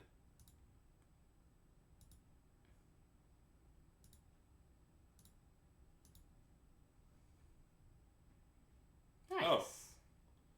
I mean, it's not that good because of Scoos. They have 3 lands. Their ability to keep up Scoos is not that high. We've been very punished. No, okay, we haven't. wait. So we we're going to play Solomon, cut down the Scoos. Yeah. Like, just do it all main phase. Yep. It's playing Swamp, I think, but it's kind of close. Oh, I guess we should find Swamp, huh? Maybe we should find Island. Okay, actually, I'm on Island. We might want to Scarab Gizi with Negate up or something like that. Yeah, okay. So we do this. Bloop-a-doop. Bloop-a-doop. Bloop-a-doop. We just draw 2 cards. Take action. Yeah, and then just cut that Scoos down to size. And our opponent's dead. You can attack for 2 if you want. I do want. Yeah. I was thinking, like, they might have a haste creature, but there's no way that both they have a haste creature and we want to block. Then at some point we can ninjutsu the Soul Saboteur. That's very funny. I mean, it's funny because we're not going to do it. We're just going to play fucking Scarab God. With Negate back up. Okay, this is how I always feel when I play Arena Cube, is that, oh, what does that thing do? Huh. That's cool. That is cool. So, what I was going to say is, every time I play Arena Cube, I have this feeling that, like, I don't know, the power of the cards is just, like, not all the same. Okay, so I don't think we want to, like, we could just, oh wait, sorry, we don't have Scarab God in play. Why don't we just go land Scarab Gizi? I love land Scarab Gizi. I put a stop in my upkeep because I was like, we might want to Scarab Gizi in our upkeep. But, you know, Scarab Gizi wasn't on the battlefield. I mean, I certainly agree that we might want to do that. So what creatures do we have access to right now? We have Sad Robot. Oh. And they're things that we can't use their abilities of. I do love there are things that we can't use the abilities of. Uh-huh. All my homies love things we can't use the abilities of. Yeah, I mean, I imagine the next turn we're just going to Scarab Gizi the, just like upkeep Scarab Gizi the Solemn, which is pretty disgusting. And then, like, I don't know, we can kind of go from there. Uh-huh. Well, also, we could scare Beezy again. Oh. That is true. Yeah, I think our opponent is Dobbs. I'm pretty down to take 2 here. Wait, why? What are you afraid of? They already showed, like, a bolt or shock effect, right? Okay, so, like, if we block with Scare Beezy... Yeah. So then they bolt it. Uh-huh. We negate the bolt. Oh, we have negate. I forgot. Like, they could, like, re-shock it, then Scare Beezy bounce back to hand anyway? Like, I don't know. Like, I just don't imagine this going that badly. The Reclaimer is what's happening? Really? Alright.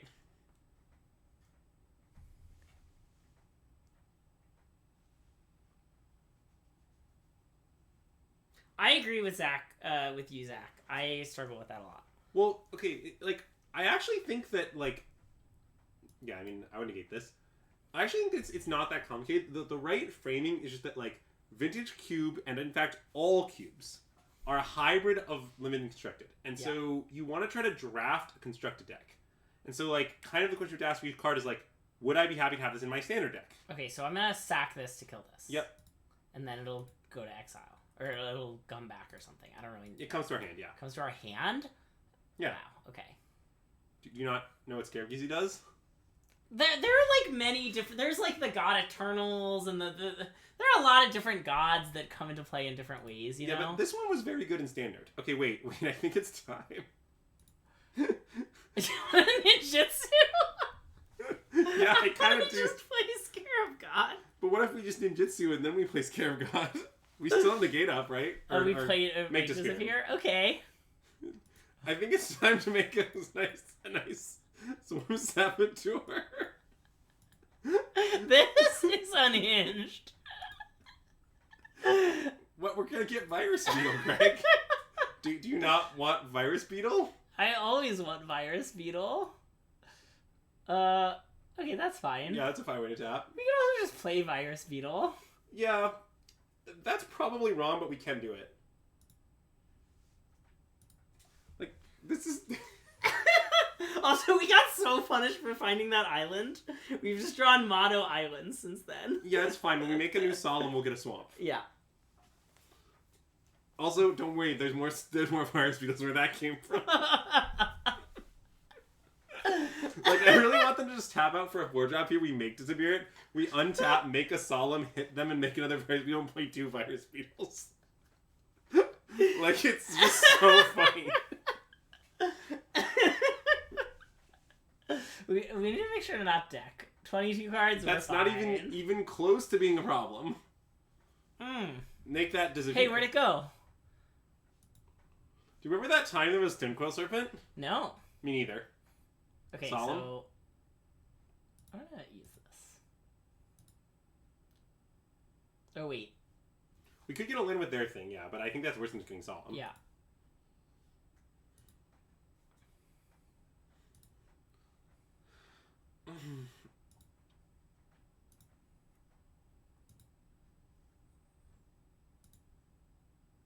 You can bottom that if you please. Alright, now hit him and play 2 Virus Beetles. Hit him and play the Virus Beetles, Greg. We need to get these Virus Beetles down. All hail the almighty church of the Virus Beetle. Take me to church, I worship like...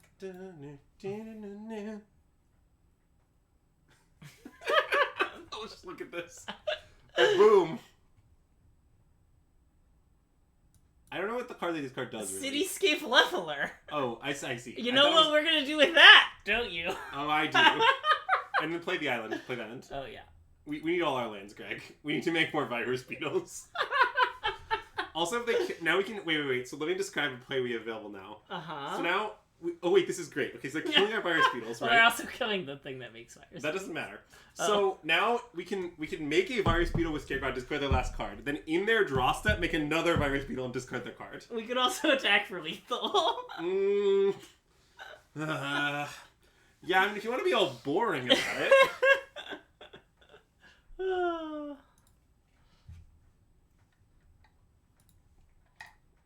you want to get their Hellrider, actually? Nah, I want to take their last card. Come on, we gotta make a Virus Beetle. No! We were really trying to make a Mars Beetle. Yeah, Corkixian. Yeah, that's I think a reasonable heuristic. Although the problem with the Arena Cube specifically is you have to like deal with these alchemy cards that are like they basically run the gamut as far as I can tell from utter garbage to insanely broken. Yeah. So, like, I wonder like my suspicion, although I don't know for sure, is if you look at the top 20 cards in Arena Cube, like 5 would be alchemy cards, and if you look at the bottom 20 cards in Arena Cube, like 5 would be alchemy cards. Oh yeah, I would definitely believe that. So, that's hard to evaluate. Because nobody fucking knows what any alchemy card does. Yeah. Greg doesn't know, I don't know. I did kind of like during the draft how just like every pack had all cards that I'd seen before and then 2 random cards I'd never seen before. It kind of made for a slightly more fun experience. Yeah.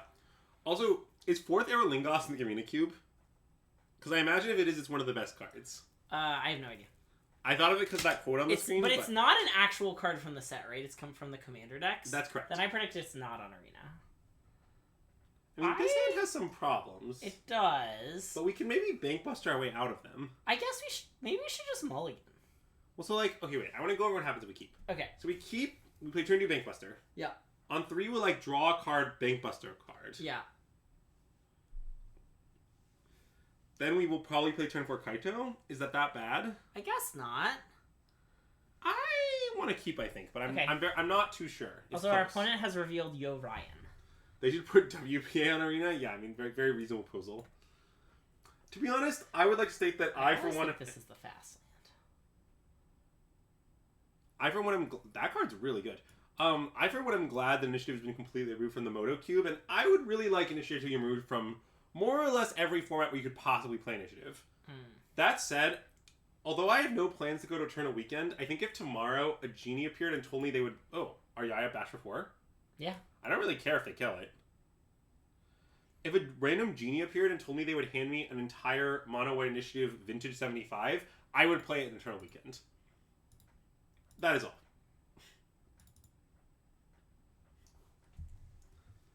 In fact, famously, I recently polled in which formats is aggro playable, a classic poll. And one of the formats suggested was Vintage. Mono White Initiative. Noted aggro deck. Okay, so they can turn this into a Thopter, and then they can turn their Thopter into a 4/4? Yes. Which we can, like, bounce or something? Oh, that's not how that works. Yeah, that's not what it does, but it's fine. The things it does do are great. Yeah. Like, we might want to make a nice drone. Yeah, I'm down to drone on and on. Yeah. And then just say go? Because you want 2 blockers back as a thing? Yeah. Maybe we should just draw a card. With Kaito. Yeah. Is that better than making a drone? Maybe it isn't. I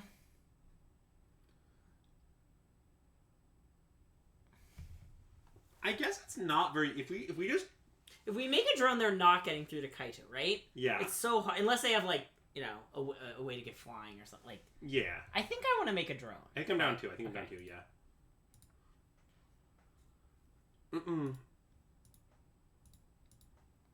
Yes, I think in fact if you were to rank formats by the viability of aggro, Standard scores very poorly. Okay.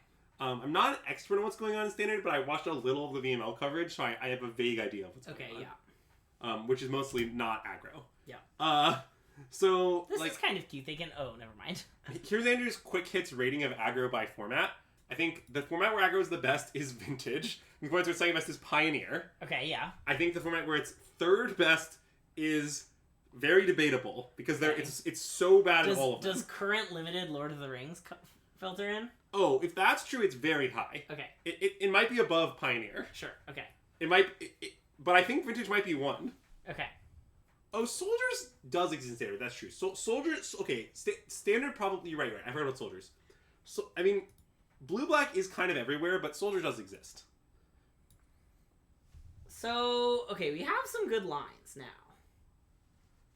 What would you say they are?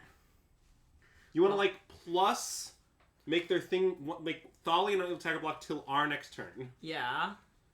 And then play Archpriest of Shadows. Well, I don't want to play Archpriest of Shadows. Oh, it There's doesn't nothing really in do our anything. bit. Okay. You want to play Sword and Equip? I guess I just want to play Scarab God. That's pretty reasonable. Okay, so how about we plus on the Thalia? What if we just draw a card? Well, then our Kaito will die. Because Why? they'll turn the one into a Thopter. Oh, that's true. I don't want Kaito to die. Okay. I want to plus on their thing, and also let's attack their Kaito. Right, because they're already going to turn their thing into a Thopter. Yes, they're going to block and turn the thing into a Thopter right now. But I think that's fine. So I think we just attack... Do you want a crew? I guess it doesn't matter. Oh wait, Scarebucky's going to play tapped. True. But Thalia can't attack, so it's fine. Yep. So I want to send both things to Kaito, yeah. And I guess I don't want a crew because it doesn't matter. It doesn't seem to matter, no.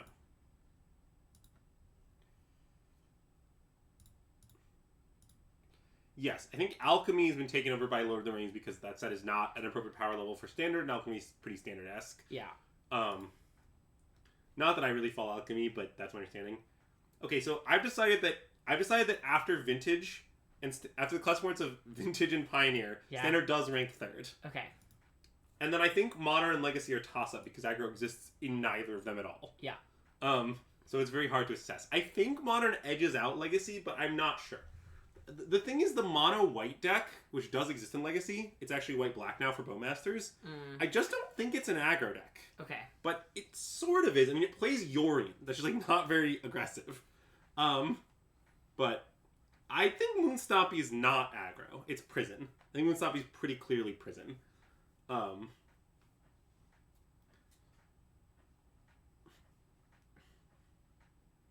Is Juggernaut Peddler in the Arena Cube? Zach, I couldn't... No one in the world knows the answer to that question. Like, it's just not known to society.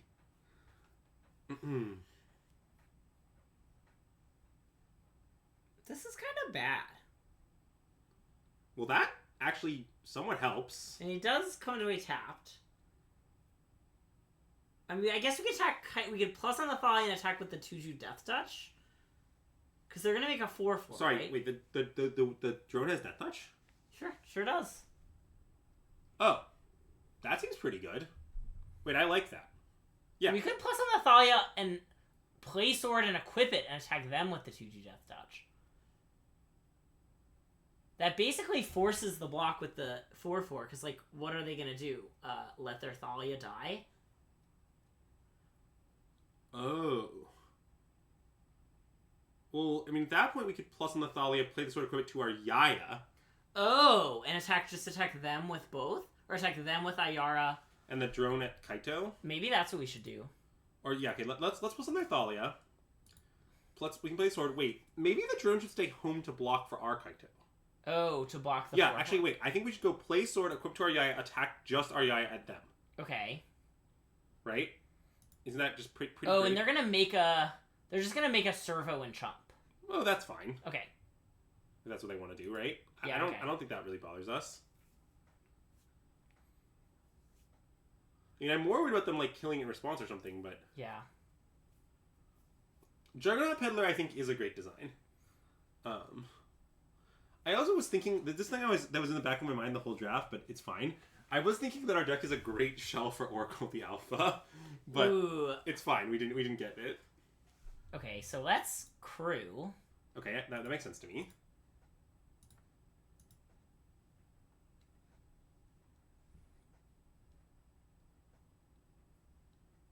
And now I want to... Because Kaito's at 4. So now we just attack Kaido. They can make it 4/4 and trade if they want. Yeah. And then this can stay home. Yeah, that seems fine. Okay. Okay. And I'm pretty down to trade this for the 4/4. Yeah, me too. The Foundry is doing some work here, though. I mean, that card's good. I mean, that's another card that's famously in the Vintage Cube. Yeah. I think if you followed the Heuristics Cube of if there's a card that's in the Vintage Cube, you should take it, I believe that his trick would be quite accurate. Yeah. So here, I don't know what they're going to do with their Kaito. It wouldn't be insane for them to make a ninja. Yeah. Nope, they're looting.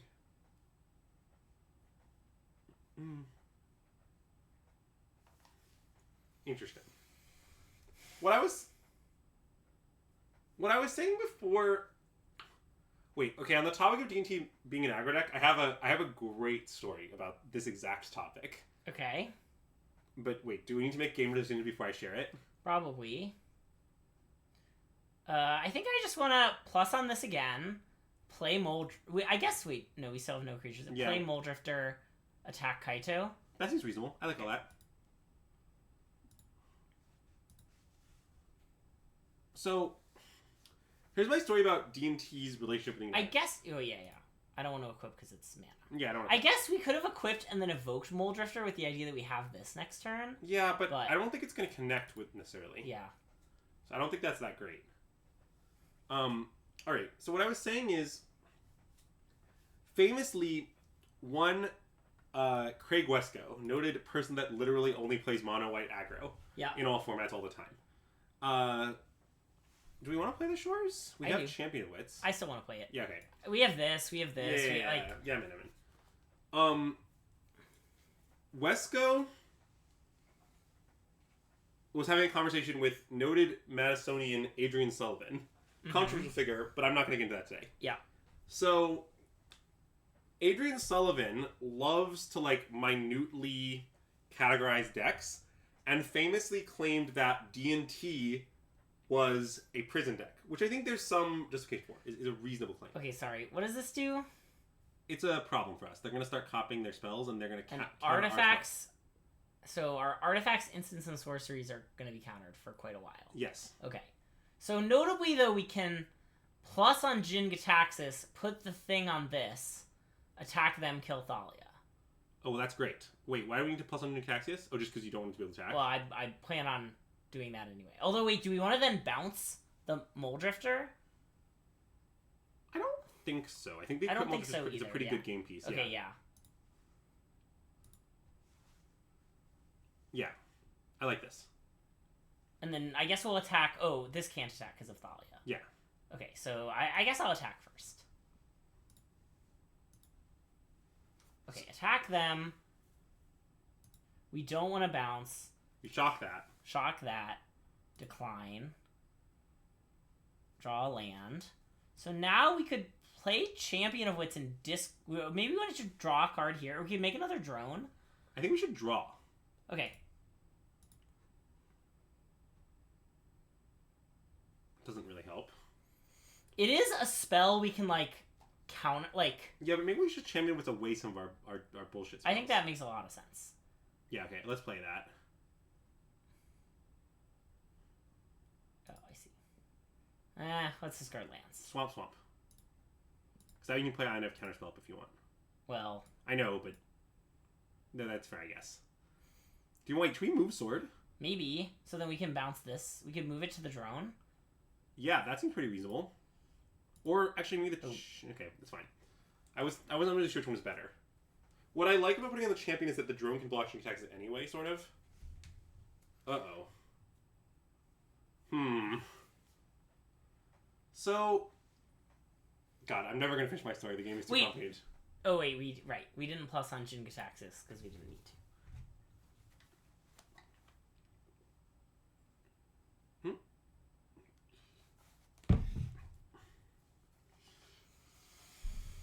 We're extremely dead, by the way. Yeah, we cannot win. We do have a pro-blue guy, and we might, this can drain him. We might be able to cheese him out. Okay.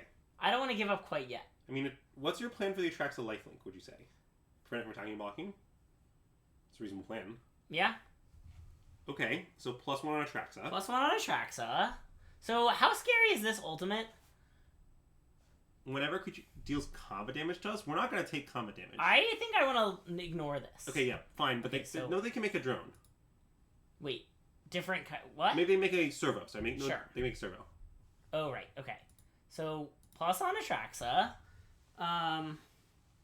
We sort of need the sword on our Mole Drifter so it connects. Because we need to 6 them, right? Yeah, okay. I like that.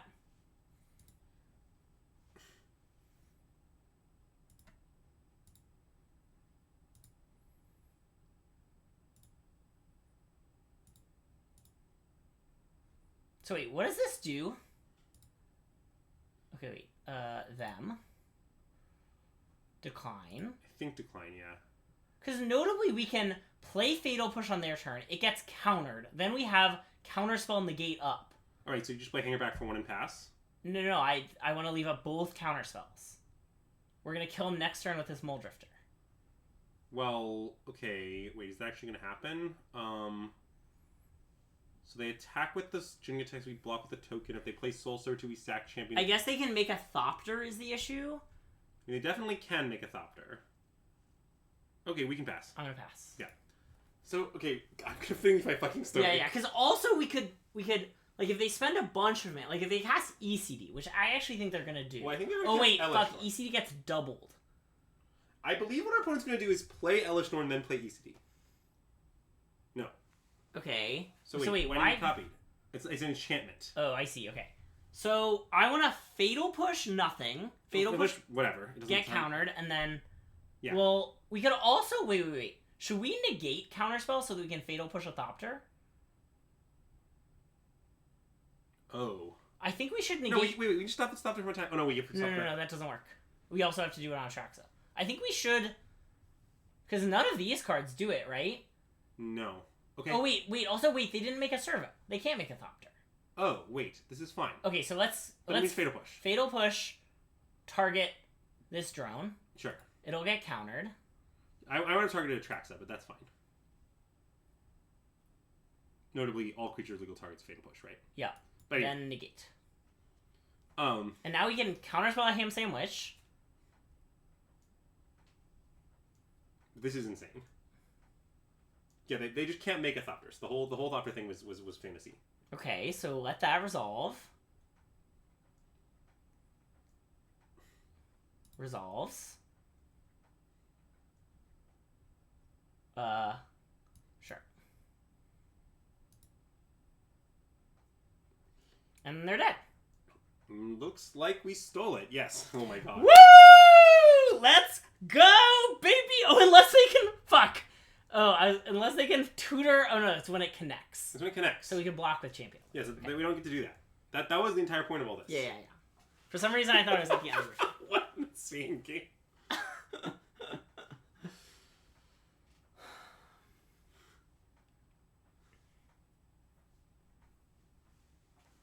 What a game indeed.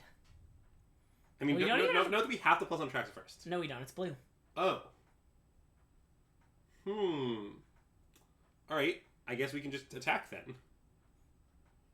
Yeah, I mean, I think I want a plus on a track. Sure. Okay, fine. Just, I don't know. In case something, yeah. You can also Archpriest of Shadow something if you want. I guess maybe there's a creature in the bin. Wait, yeah, maybe, should I, like, God, if they have, like, Path or something, swords, maybe I should have, like... Hold on. So there's nothing in our graveyard, there's only cards in our graveyard. Maybe we should have drawn a card, actually, wait a second. So, I'm wondering if we can beat those things. So, the drone attack guarantees 2. We could... we can also play the Archpriest on the Champion of Wits. Okay. So what if we play Archpriest on Champion of Wits and attack with everything? Okay. That seems good to me. Right? Yep. Because that way, even if they have a way to kill the Muldrifter, they have to... Well, I guess they can go to 1, but we might actually be okay. It's not definitively game over, certainly. Maybe we should have moved the sword? I thought about that, but I don't think so. Because the mana is a real limitation. Oh. Yeah, we're just... Basically, I don't see how Wingsword helps versus this. Really. I guess maybe it helps a bit.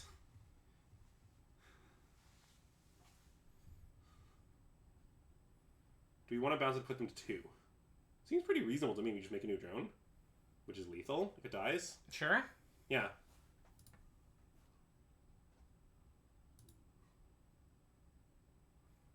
Yep. And equip so they're gonna Soul Servitude. Archpriest of Shadows? Which is a hanger back then? It'll get countered. Oh, because an artifact. So I'm just gonna equip this to the drone and say go? Sure, I guess, okay. And this can't attack, right? Yeah. Okay.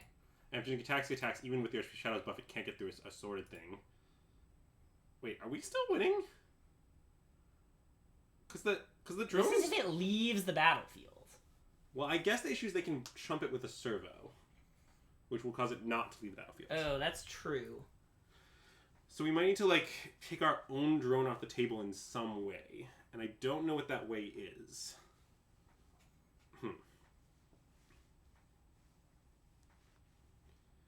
I I guess we have a lot of problems. Because the problem is they can Yorion now. Yeah. They can Yorion Reatraxa. Okay, I have some concerns. This Kaido has been so bad. They should have made a ninja and they just wouldn't have discarded like 6 cards. Yeah.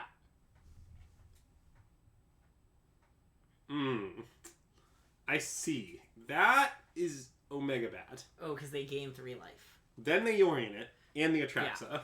Yeah. Why can't Atraxa attack? It's because we plussed it with this. +1, up to 1 target creature cannot attack or block. Yeah, so now they do that to those 2. And then they just pass. And then EOT, they can either Trying Prince to 8 life, or they can Trying Prince to re-exile Yorion. Yeah. I'm not sure which one they should do. Probably just gain the life, but...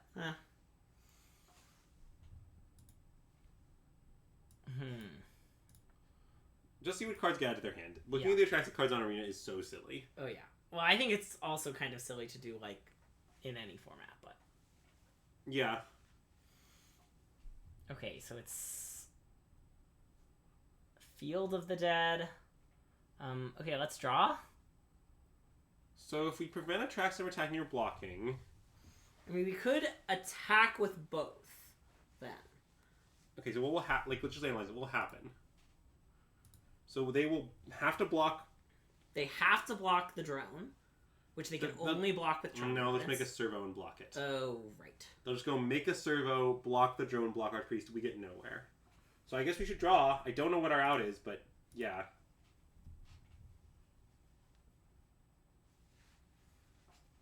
Let's concede. We're done. Okay.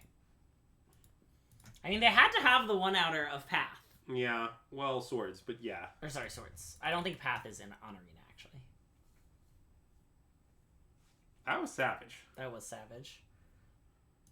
Okay, I'm gonna finish my goddamn story. Okay, sorry. I've been trying to finish the story for 10 minutes. It's because it was an interesting game with lots of... No, it's a good reason. Yeah. Okay, so... Adrian Sullivan is talking to Craig Wesco. Adrian Sullivan loves to, like, minutely categorize decks, and Adrian Sullivan claims that Death and Taxes, noted legacy deck, is a, like, lock deck, or a prison deck, basically. He claims that it's, like, not an aggro deck. Yeah. And Wesco is like, no, the buck stops here. I don't care what you categorize literally any archetype as. It doesn't matter to me. It's irrelevant. But this deck is mono white. And I am the one who gets to decide how mono white decks are categorized. And I say Death and Taxes is an aggro deck. Therefore, it's an aggro deck. You don't get to argue with me. I'm Craig Wesco. That's all great. Anyway, I hope you liked my restraint. I liked everything you did. Great. Anyway, that's my story about Wesco and Adrian Sullivan.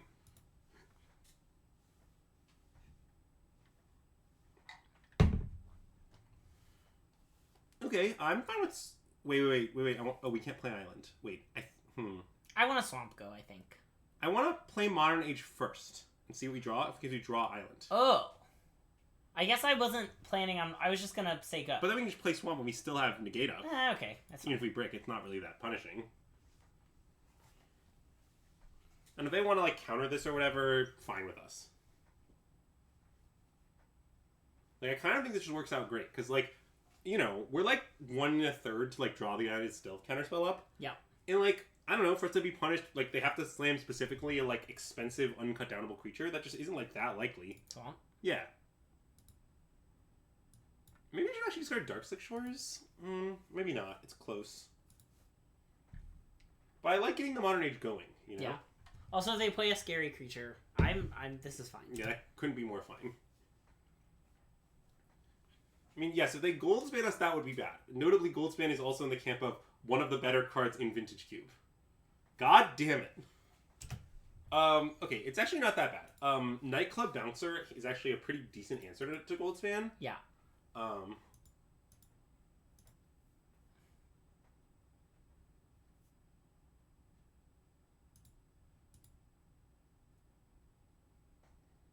Yeah, you did summon this into existence. That's okay.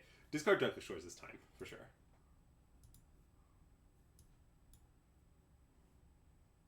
So wait, if we bounce it, it will cost 7. which I guess means they can just recast it. That's not my favorite. But if we don't do that, they're going to have oodles of mana. So I sort of think we should just do it. I think we should say go. This is a flash. Oh. Okay, I'm going to say go. That makes sense. And I guess we can just hope to, like, skate by a turn and then, like, bounce the gold spin counter on the way back, maybe, or something. That's my plan. That's fine. We can just cut down it. Yep. In fact, we probably should cut down it as soon as we get priority.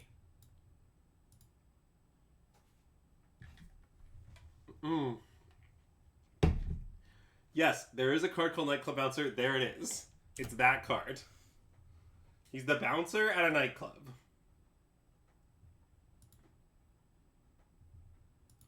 You want someone bounced, you go to the nightclub bouncer. Yeah, I'd slam it. I mean, it could go wrong for sure, but it could go wrong.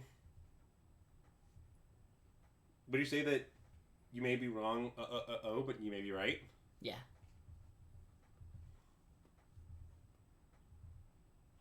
I mean, they definitely should counter this if they have it. Yeah. Because now we're in some trouble.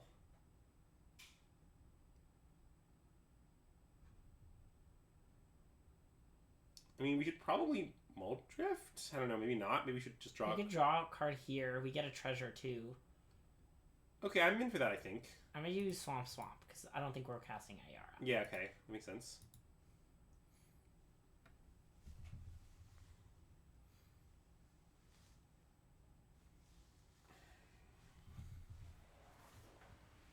Now we could just play Mole Drifter and have the double block up, and it'll go terribly wrong, and it'll be fine. I mean, we just won't double block this turn. Wait for counter magic up. Oh, I guess that's true. I mean, I don't think this is crazy, no. I don't think it's going to work out that great, but... Yeah.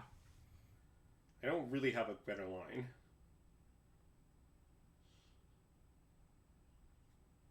Okay. I mean, that's pretty interesting.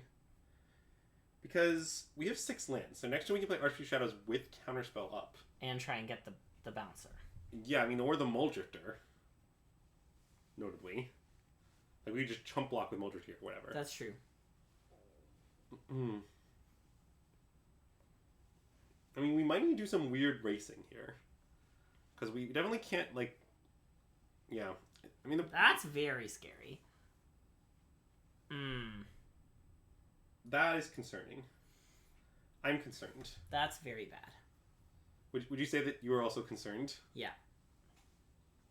I mean, look, all that's happening is we're dying on board. We don't really have any answer. Our opponent has infinite mana. We really got punished by playing the Modern Age, for the record. Yeah, that is true. I think I'd play it again, but it did punish us hideously. I mean, it basically couldn't have gone worse. Yeah. So, wait. Okay, so we can't crew and then put the counter on that? That's not how that I think works? we need to play our Yaya. Okay. For, like, many reasons. One of them is we need to throw things to gain life. That's true. And then I just want to hit them for 4, probably. I think so. And then we can even play a Hangerback for 1 if we don't play Counterspell in combat. We are going to 2, which is concerning, but our Yaya can get us out of that. I don't hate the idea of leaving up both counterspells. I mean... And if they don't cast anything, we can, like, Takanuma. That's true. I guess there's not... We could Takanuma back the bouncer. I mean, do we even have mana to cast it and Archpriest next turn? Because Well, I don't think that's... we're only going to do one or the other.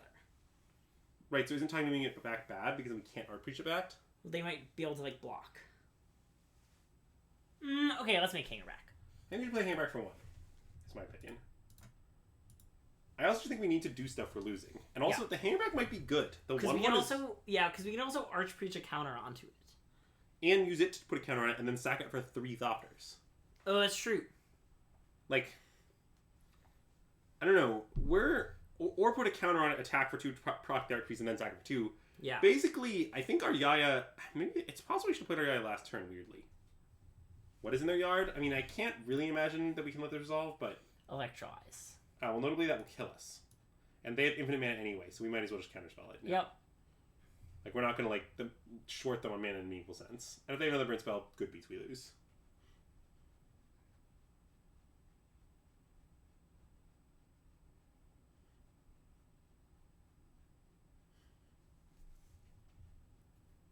They're thinking really hard. They keep mousing over Hangerback. What do we think that means? Agent of Treachery. Alright. I see. I see. Well, we're dead. Deader than it's ever been.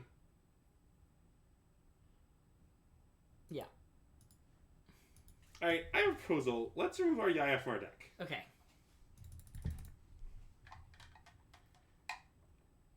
I had some big dreams with this card that they have not panned out. Hard Evidence? Blue Sun's Twilight? I kind of want to play Censor. Okay.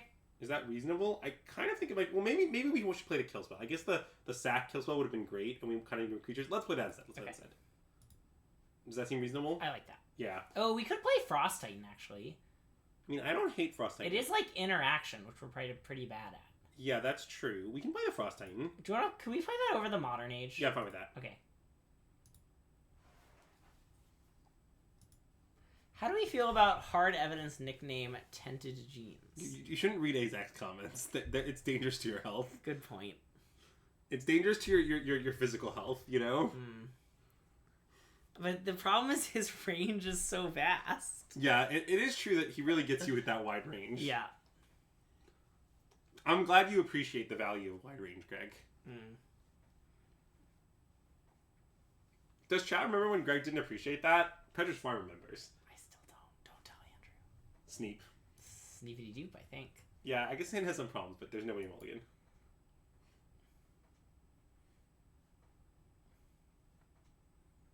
Okay, we're going somewhere. Do you want to ask me if it's Cleveland? I want to negate this. We're going to tap out for years. Oh, yeah, okay, I'm in. Their card does nothing, but, you know, that's fine. It kind of does something eventually. Do you want to make a 1/1? I think I want to draw a card. Why? Summy? Okay, let's make a 1/1. I kind of think the one might be good. It's Yeah. like a body you equip 2 evil lock 2 with their mana. Yeah. I don't know.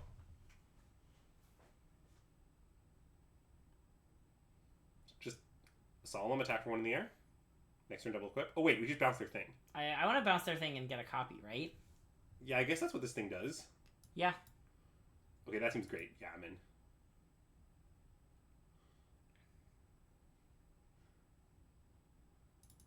And then next turn, I mean, we'll probably play Sword and Equip, but we could play Sword and play the Scrap Quarter. God. What a bizarre card this is. Yeah, I want to suit up now. I do too. Suit up the flyer? Yeah, suit up the flyer. We can suit up this. It's more aggressive. Well, if you suit up the flyer and they block, we just kill their thing. Oh, good point. So... Good point, good point. It doesn't good point. really seem better to me.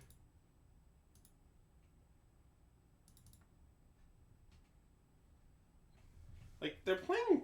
They have only Force in play. Yeah. What are they gonna do? On the next turn, we play the classic Scrap Quarter hold up counter spell. Oh! Okay, that's unfortunate. That thing has reach, right? Yeah. I guess we can just bounce it, to be fair. We can just bounce it. Ooh. Ooh, new plan. Yeah, let's Kaito it. Yeah. Well, this is gonna be fucking great.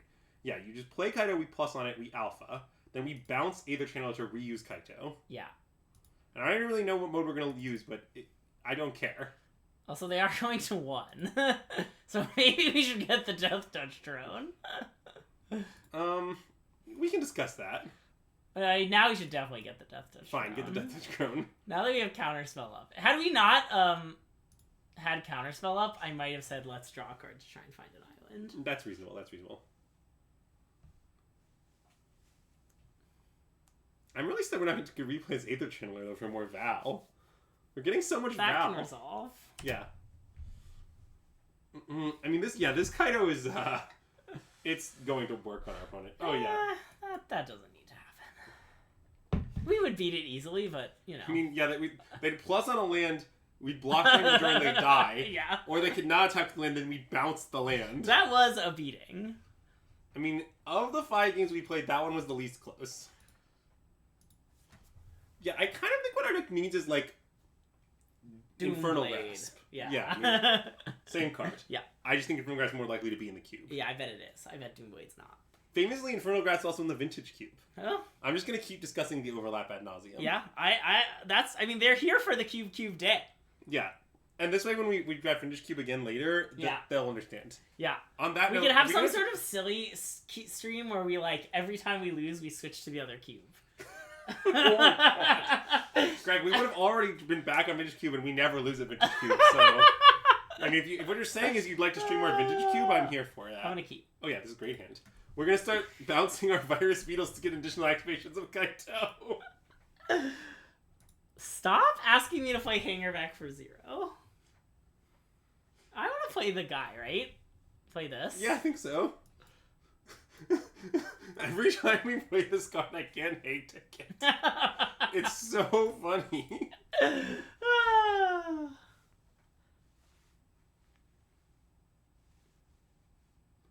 Wow, Bone Crusher Giant? That's rude. Alright, Hangerback. Hangerback. I mean, if we'd had played Hangerback over Swarm's Out Tour, it might have worked out better, but I don't know if we could reasonably pursue that. Especially not against the red-green deck, which, you know. Okay, so I want to play Kaito, make Bone Crusher unable to block, attack, bounce, Hangerback, and use another ability. Yep. And I don't really know what the other ability is, but I'm just in regardless. I guess it's probably Make a Drone, but it doesn't have to be. Yeah, we could just draw. Our hands... I'm drawing. We'll draw next turn.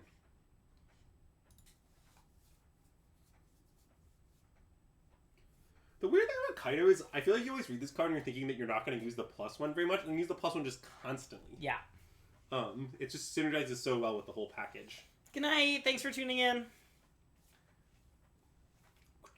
And now what are we going to do? Like, oh, well, that's just fine. Now we can just find a swamp and Fatal push the Bone Crusher Giant this turn. That's true.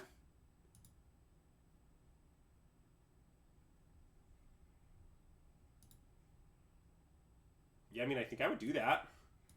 Because, like, okay, I get that they're ripping their mana or whatever, but now we should have, like, uncontested Kaito, which seems pretty good.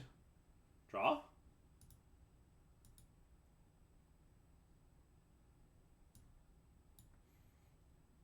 Say go? I might play Hangerback for 2. Wait, this has Flash, though, and we can bounce it?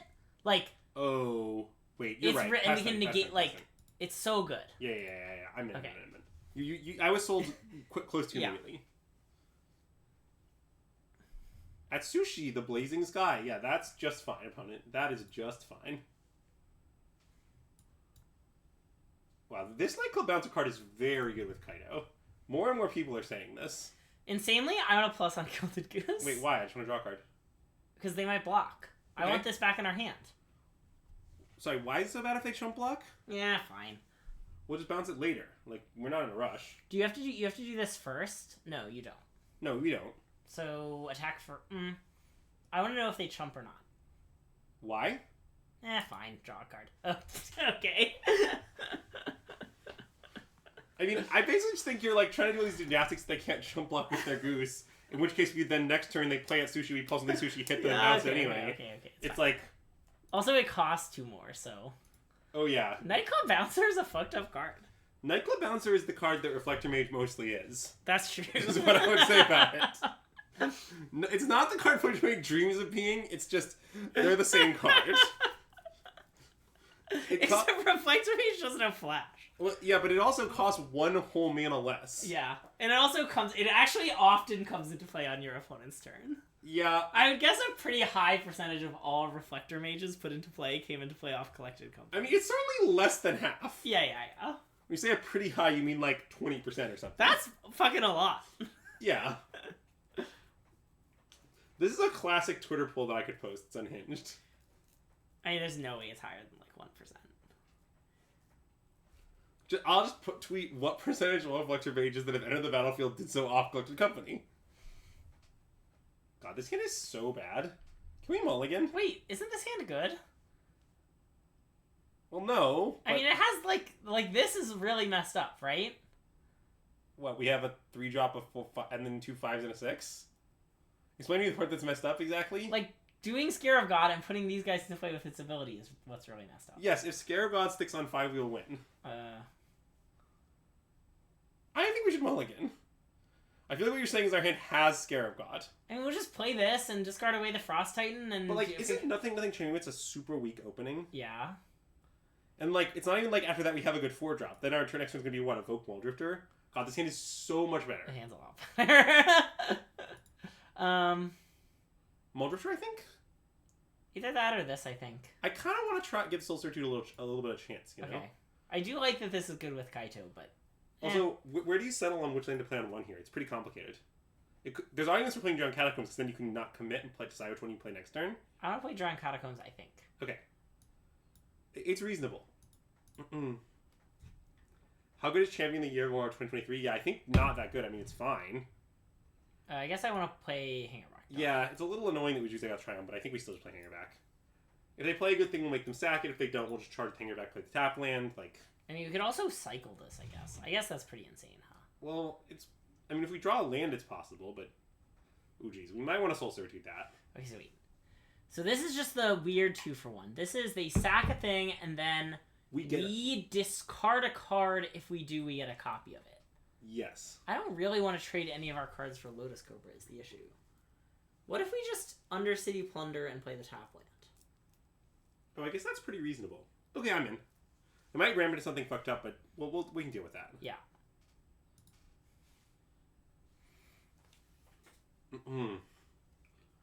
Would you like to be double mind rotted?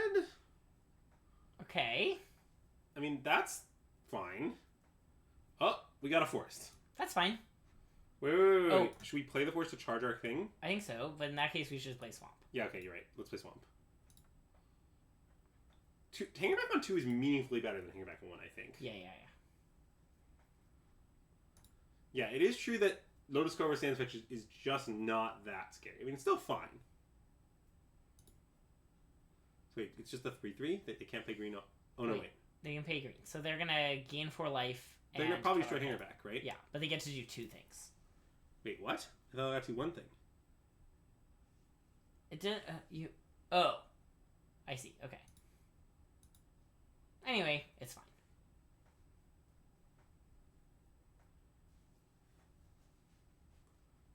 Alright, so now I kind of... Wait, so let's talk about what happens when we play Kaito. Yep. So we can play Kaito. Sorry, how much making a drone? It's 3? 2. It kind of starts at 3? Yeah. So we can make a drone, right? Yep. So we play Kaito, we make a drone, then we can turn any number of Thopters into cards. Perhaps 1 Thopter into 1 card. I'm pretty down to do that. Sounds pretty good to me. And the other Thopter just stays home, so it keeps Kaito safe as well.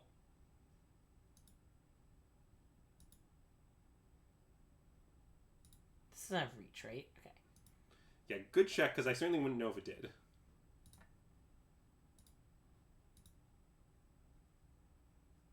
Okay. We're going somewhere. We're going somewhere. Cleveland? I don't think we're going to Cleveland. Wait, what does that card do? It's very good. It deals 4 damage, and the next time they cast a spell, it'll deal 3 damage to something. Oh god, that card's obscene. Okay. I have a plan. Slam Scarabeezy. I mean, if Scarabeezy lives, they're gonna die. Is that good? I guess not. I think just chill. Because I think what's most likely going to happen is they're going to play a burn spell with the bonus 3 damage. They're going to be able to take down a Scarabeezy. Yeah. They're not going to upgrade attacks because we left back everyone. Yeah. Then we're going to replay Scarabeezy. Okay, I mean, that's a little scary. It's not that scary. What creatures would you say we have in the bins right now? Hangerback? Is that it? Yes. I guess that isn't my favorite. I think I want to get it, though. Yeah, me too. No, I agree. Now, you see basic island here, I might top. All other lanes I would bottom, I assume. Ooh. Well, that's kind of bad because we're exiling things from our graveyard. I think that should go away. Oh, I guess that's true. Okay, we can bottom. We can bottom. Well, that's good. play Zagoth Triumph now?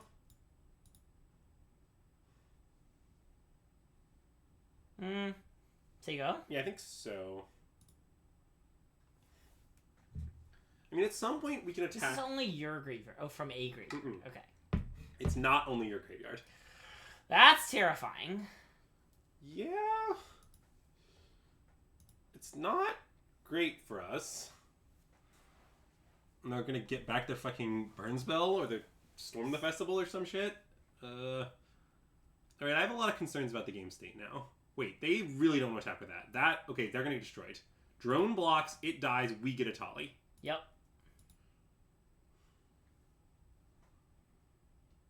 Hang your back, Walker. Yeah, I'm down with that, Zach. Alright.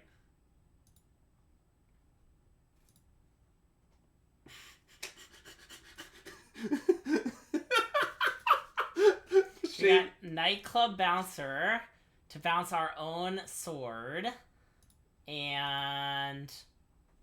We haven't seen what theirs is yet. Okay, it just was gonna... It was mid-resolution. Yeah. Our opponent shouldn't concede after attacking with the Atali. Well, that was nice, I guess. I mean, we really rallied in this draft, TBH. Yeah. Do you think we're gonna get to the trophy? I think so. Is Archpriest of Shadows bad in our deck? I still believe in it. Okay. We have Moldrifter and Champion of Wits, and That's we have true. Yawgmoth and stuff. Oh yeah, I forgot about Yawg. We have a bunch of synergies with it. Okay, yeah, I get that it hasn't done anything, but Yeah. I have a little. I'm having a little faith, Greg. Okay. Would you say that you're also going to have a little faith? No. Would you say that you're going to get down? No. That's unlucky. I mean, this hand is kind of awk. I sort of want to keep, though. The way I feel is just, like, if we draw Island, it's pretty good. If we draw cheap spells, it's pretty good. Like, yeah, if we draw all swamps and expensive spells, our hand's not great, but Yeah. so be it. We definitely can discard a card to conjure their thing. Yeah. Like this right here. Yeah, let's do it. Yeah. Swamp to the bin. Probably sword to the bin, I suppose, but I think it's supposed to be I swamp. think it's supposed to be Swamp. Yeah, okay. Swamp to the bin, and you're too late.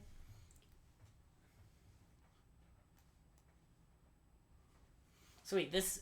Whenever you cast a legendary spell, so Kaito would untap it? Yeah, although, if they tap out, I don't think we should slam Kaito next turn. Yeah. Such as this. This would be an example of them tapping out. Yeah. And then just plus on their thing? Or make it draw? I don't know what we should do with it, but I think we should play Kaito. I agree. Like, I sort of would like just protect it with a drone, I think. I guess that means that they... it's a little dangerous. Okay, let's plus on their thing. Wait, I could make a drone. When we make a drone, they just kill the drone, they kill Kaito. That's which true. I don't love. Okay. I'd like to get some value out of it. And I don't think the Moment Hermit is actually that threatening for our hand. Like, we don't need to get this out of play, really. Yeah. Mm-mm. Fabled Passage. Wow, that's the fetch land. Also, I see that it apparently lets you pick your basics now, huh? Sure does. On MotoCube, you simply use the basics you're given. That's been true for like a while. Arena, just you have a default basic. Well, yeah, but I didn't know it worked in Cube. Yeah. Okay. I understand that Arena has a default basic, but that doesn't imply that it works in all places in the client. That would be a ridiculous assumption. That would be spoken like someone who's never used Moto in their lives. So I think I want to play like Rona Sword. Wait, I kind of want to play Champion Wits and see what we see. Okay, that's fine. It's pretty likely that we can guarantee still play Rona. I don't think it's crazy to discard Counterspell here, especially into like Loveland Hermit.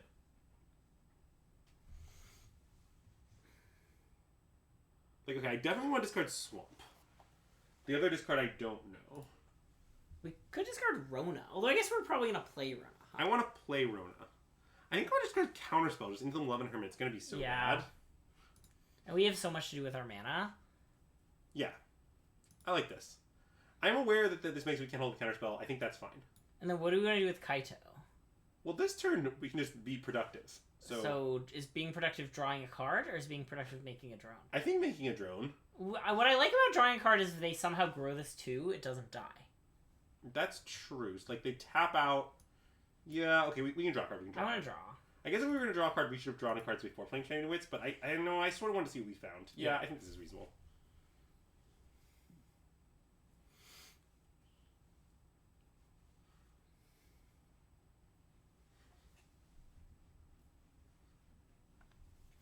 I guess resolving this sword is going to be pretty tricky, huh?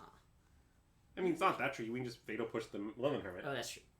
Good point. Also, if you plus on it with Kaido, can it still use abilities? Yes. Are you sure? Yes. Okay. Kaido already has so many words, they can't fit that many more words on it. It does have a lot of words. I love this design, though. Actually, Kaido's incredibly fun. Yeah, I agree. Mm-mm. Oh, jeez. That's really fucking savage, honestly. Oh, they didn't cast a spell? Okay. Okay, well, that's good. And it's good that... it's probably reactive. Yeah.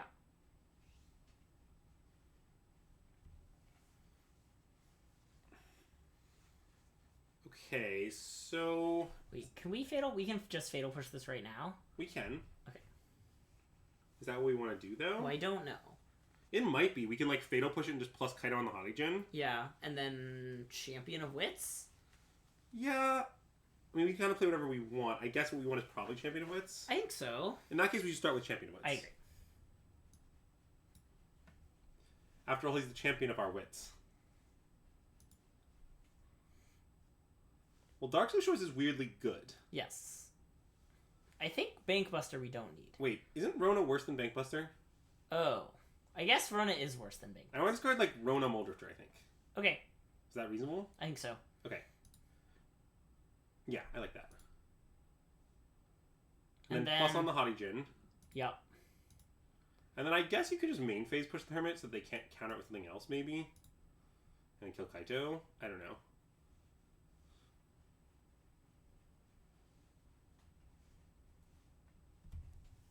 And then we just play the Shores, and we're kind of doing it now because, okay, our opponent's kind of incentivized to, like, tap most of their mana for this Hermit, like... Yeah.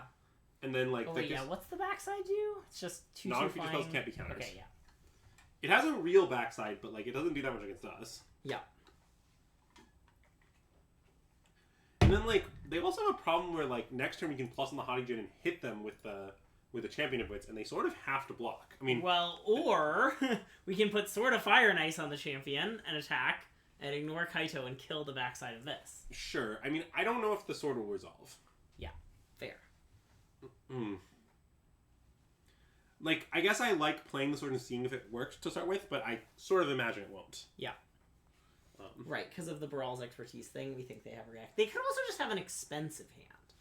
Their card hand is all 5 plus drops. I mean, that is possible. Maybe. I don't think it's incredibly likely. I agree. Huh. Well, they might have a flash creature or something, but... I mean, I definitely want to plus on the Jin. I think I just want to plus on the Jin and hit him, is what I think I want to do, but... Basically, there's no way the sword resolves and they don't have a kill swap with Champion Wits here. I agree. It's impossible. So I just want to hit them. Okay. And if they eat it, okay, it gets eaten. It's not that bad. I don't really know what thing I want to do if they eat it. Like, because, like, there's definitely some appeal to just going, like, Undercity, Putter, Bankbuster, draw a card. Right. Or just type. Well, that's only better if you think they don't have specifically a counterspell. Yeah. Okay, so do you want to bounce it here? I guess it's pretty good, huh? I mean, we do just get to immediately then draw a card. Which is pretty good value. Or make a drone. Actually, I kind of like making a drone. Okay, I like bounce make a drone. Yeah, let's bounce and make a drone. That seems great to me. And then, what, you want to Undercity Plunder them? Yeah. Plunder their Undercity, Greg. Let's take the initiative, in a sense. Yeah.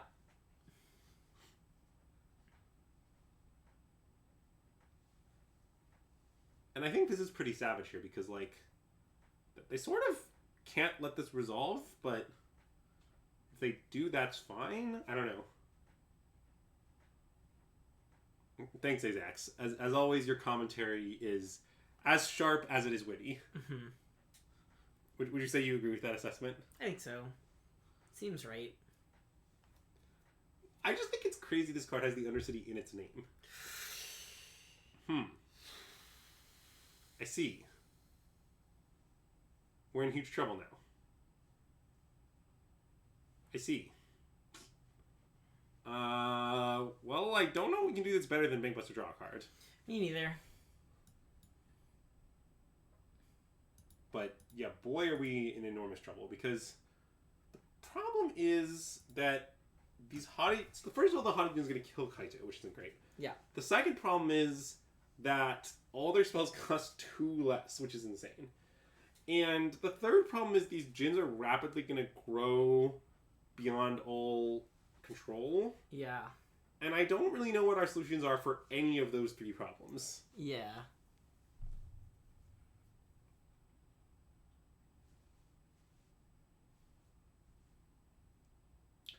I guess if we wanted to play around this, we could have cast our spell, then made the drone. But I didn't really think of specifically Sublime Epiphany. Yeah. Hangerback's been fine. Yeah, it's pretty I mean, it's just a 2-drop, right? Yeah. How did the sneak deck work out? We crushed them. We did not lose it. I mean, we lost one game in the event, yes. Okay, well, they played Lolth, which is muy bad, I assume. Yeah, I mean, we're roughly Omega dead, but that's okay. So, I think now what we need to do is cast Frost Titan on one of the Spiderlings. Then we crew the Mink Buster and attack Lolth. If they double block, we just trade for Hottie Djinn. Okay.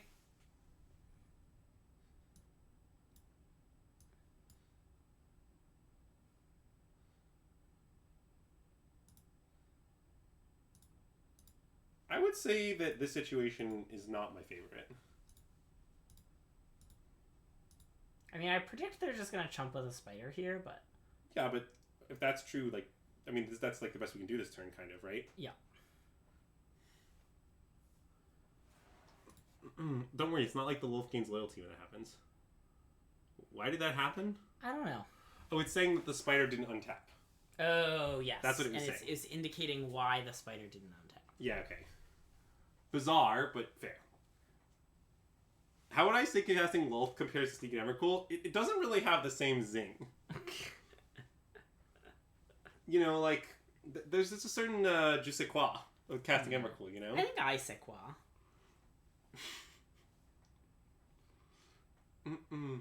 I like how their things cost 2 less, but this has Ward 2. Yeah. When you say like, would you like to redefine what you mean? It's just elegant. Good night, Nicole. Thanks for tuning in. Yeah, I mean, I predict the stream was not going to last a lot longer. Who can say what they're going to do with this Aether Channeler? Yeah, it is unlucky our opponent had any card that was Frost Titan from the battlefields. Really hard for us to beat that.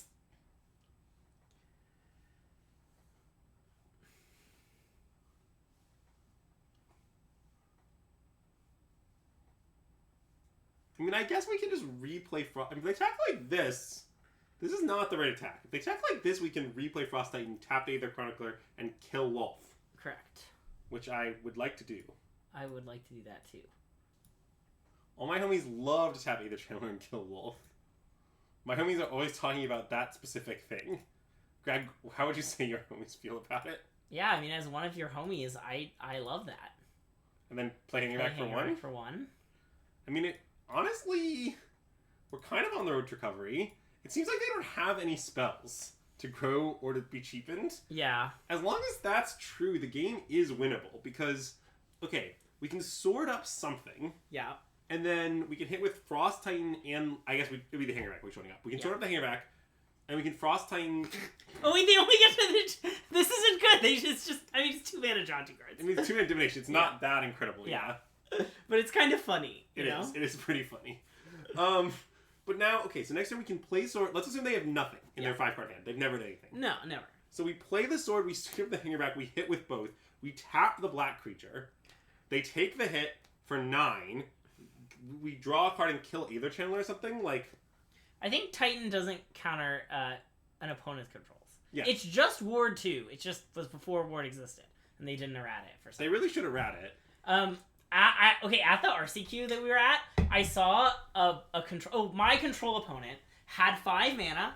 I played Thalia. They said, in response, Memory Deluge. That's nice. And Thalia was the only... There was nothing else on the board. And I was like, You should have waited. I didn't say it. I probably should have. It mattered so little. But, like, they missed out on a full card. I mean, yeah, that is pretty funny. I mean, if they attack like this, I'm pretty down to... Okay, never mind. Well, I guess we can't block Spider's Menace. Never mind. I mean, this is a race that we're losing, but... Yeah, it is Menace. I think it might have another keyword, too. Reach. Mm. Oh, no. I'm worried that that's a real magic card. I don't think that's not a real magic card because first of all, the name from the poem is Fermius Bandersnatch, okay. not Frumius Bandersnatch. Trust me, I'm an expert on this topic. That's not even a joke. When I was a kid, I may have... Wait. Can that bail us out? I think we should cast it. I think so too. I don't know what will happen, but I think this is how we recover. Okay. Let's look at their graveyard first, shall we? We could get Lolth. We could get this to Fairy. I mean, I think Lolth might be what we need, though. Spiders have reach. Oh, wait, that's very good. Okay, what about our graveyard? We could get Knight. Archpriest? Or Knight? Well, Bounce for token is pretty good. Oh, Bounce the Token. We could get Bounce the Token with this. Well, Nightclub Bouncer is, I guess, better, but yeah. Oh, we could bounce our own Muldrifter. Oh, wait. Or we get Archpriest of Shadows. Wait, can we connect with anything? I don't think so. Okay. Well, wait. We could work hard to... We could probably take something from, like... Yeah, but I really want Lolth. Okay, I think we have to take Lolth. And we take Lolth. And then... We could take Yaw... I think we should bounce our own Muldrifter. Okay, that because we do the Aether Channeler, so it doesn't cost more. Good point. Okay.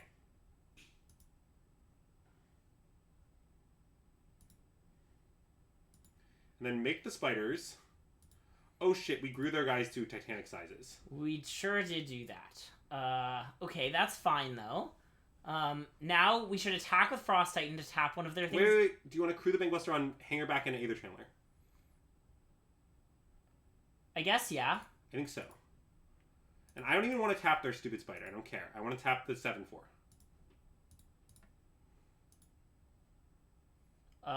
The real one. Yeah.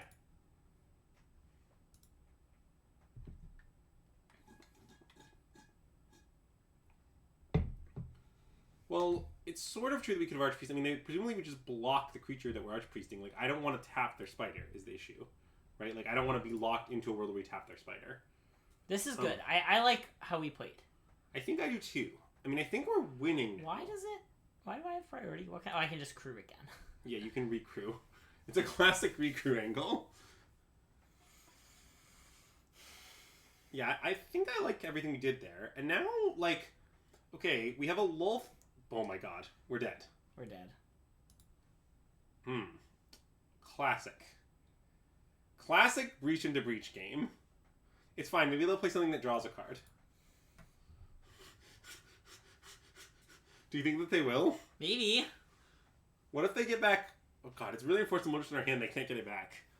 Ooh, maybe they'll Yawgmoth something. Yawgmoth kill the 1/1 so they can get through. Breach into breach, whole deck wins, yeah. Okay, use Bankbuster. Damn. Dang, it didn't let me. I definitely would have upkeeped the Bankbuster. I would have, you know. We should put a stop, just do it. Yeah. Alright, so we finished 5-3. In the end, I think this deck was fine. We drafted better in Arena Cube. It's not awful, totally palatable, but we can do better. Agreed. I'm a little worried that just, like, I don't know, the creatures in Arena Cube are maybe bad enough that just, like, you're just supposed to go over the top always and just... Yeah. The response to they go over the top is I'll go over the top even more. I'm not sure. Or draft an aggro deck. Like, I guess I'm worried this deck got caught in the middle to some extent. Right. But, I had fun. Should we see what 3 cards we won? I don't really want to do that. Everybody wants to know. At least 2 rares. Look, it's 20 gems, Threnody Singer, and Cackling Counterpart. I do, to be fair, like Cackling Counterpart. That's a great design. Anyway. Everybody wanted to know. So that's about going to do it for today's stream. Yeah. We'll be back tomorrow with something. Something. Nobody knows. It may depend on morale. We'll see how morale's going. Yeah. Okay, do you want to raid, like, some of these people? Yeah, that's fine. Which people do you think? Alright, we went there yesterday. We could go there. It's been a little while. Do you know this person? Oh, we could definitely raid Tom, yeah. Okay, we'll raid Tom Martell. I love Tom Martell. Okay, cool. No, Tom Martell's definitely a friend of the stream. I play a lot of board games at Tom's house in my life, and he's great. Love to rate Tom. And he's drafting Vintage Cube. Yeah, which is also great. Cool, so if you're watching on Twitch, enjoy that. If you're watching on YouTube, be sure to like the video and subscribe to our channel. If you're looking for a way to give back to SystemMagic, consider subscribing to us on various platforms. You can follow us on Twitter /X for more updates. And, yeah, that's all for today. We'll see you tomorrow, and SystemMagic out.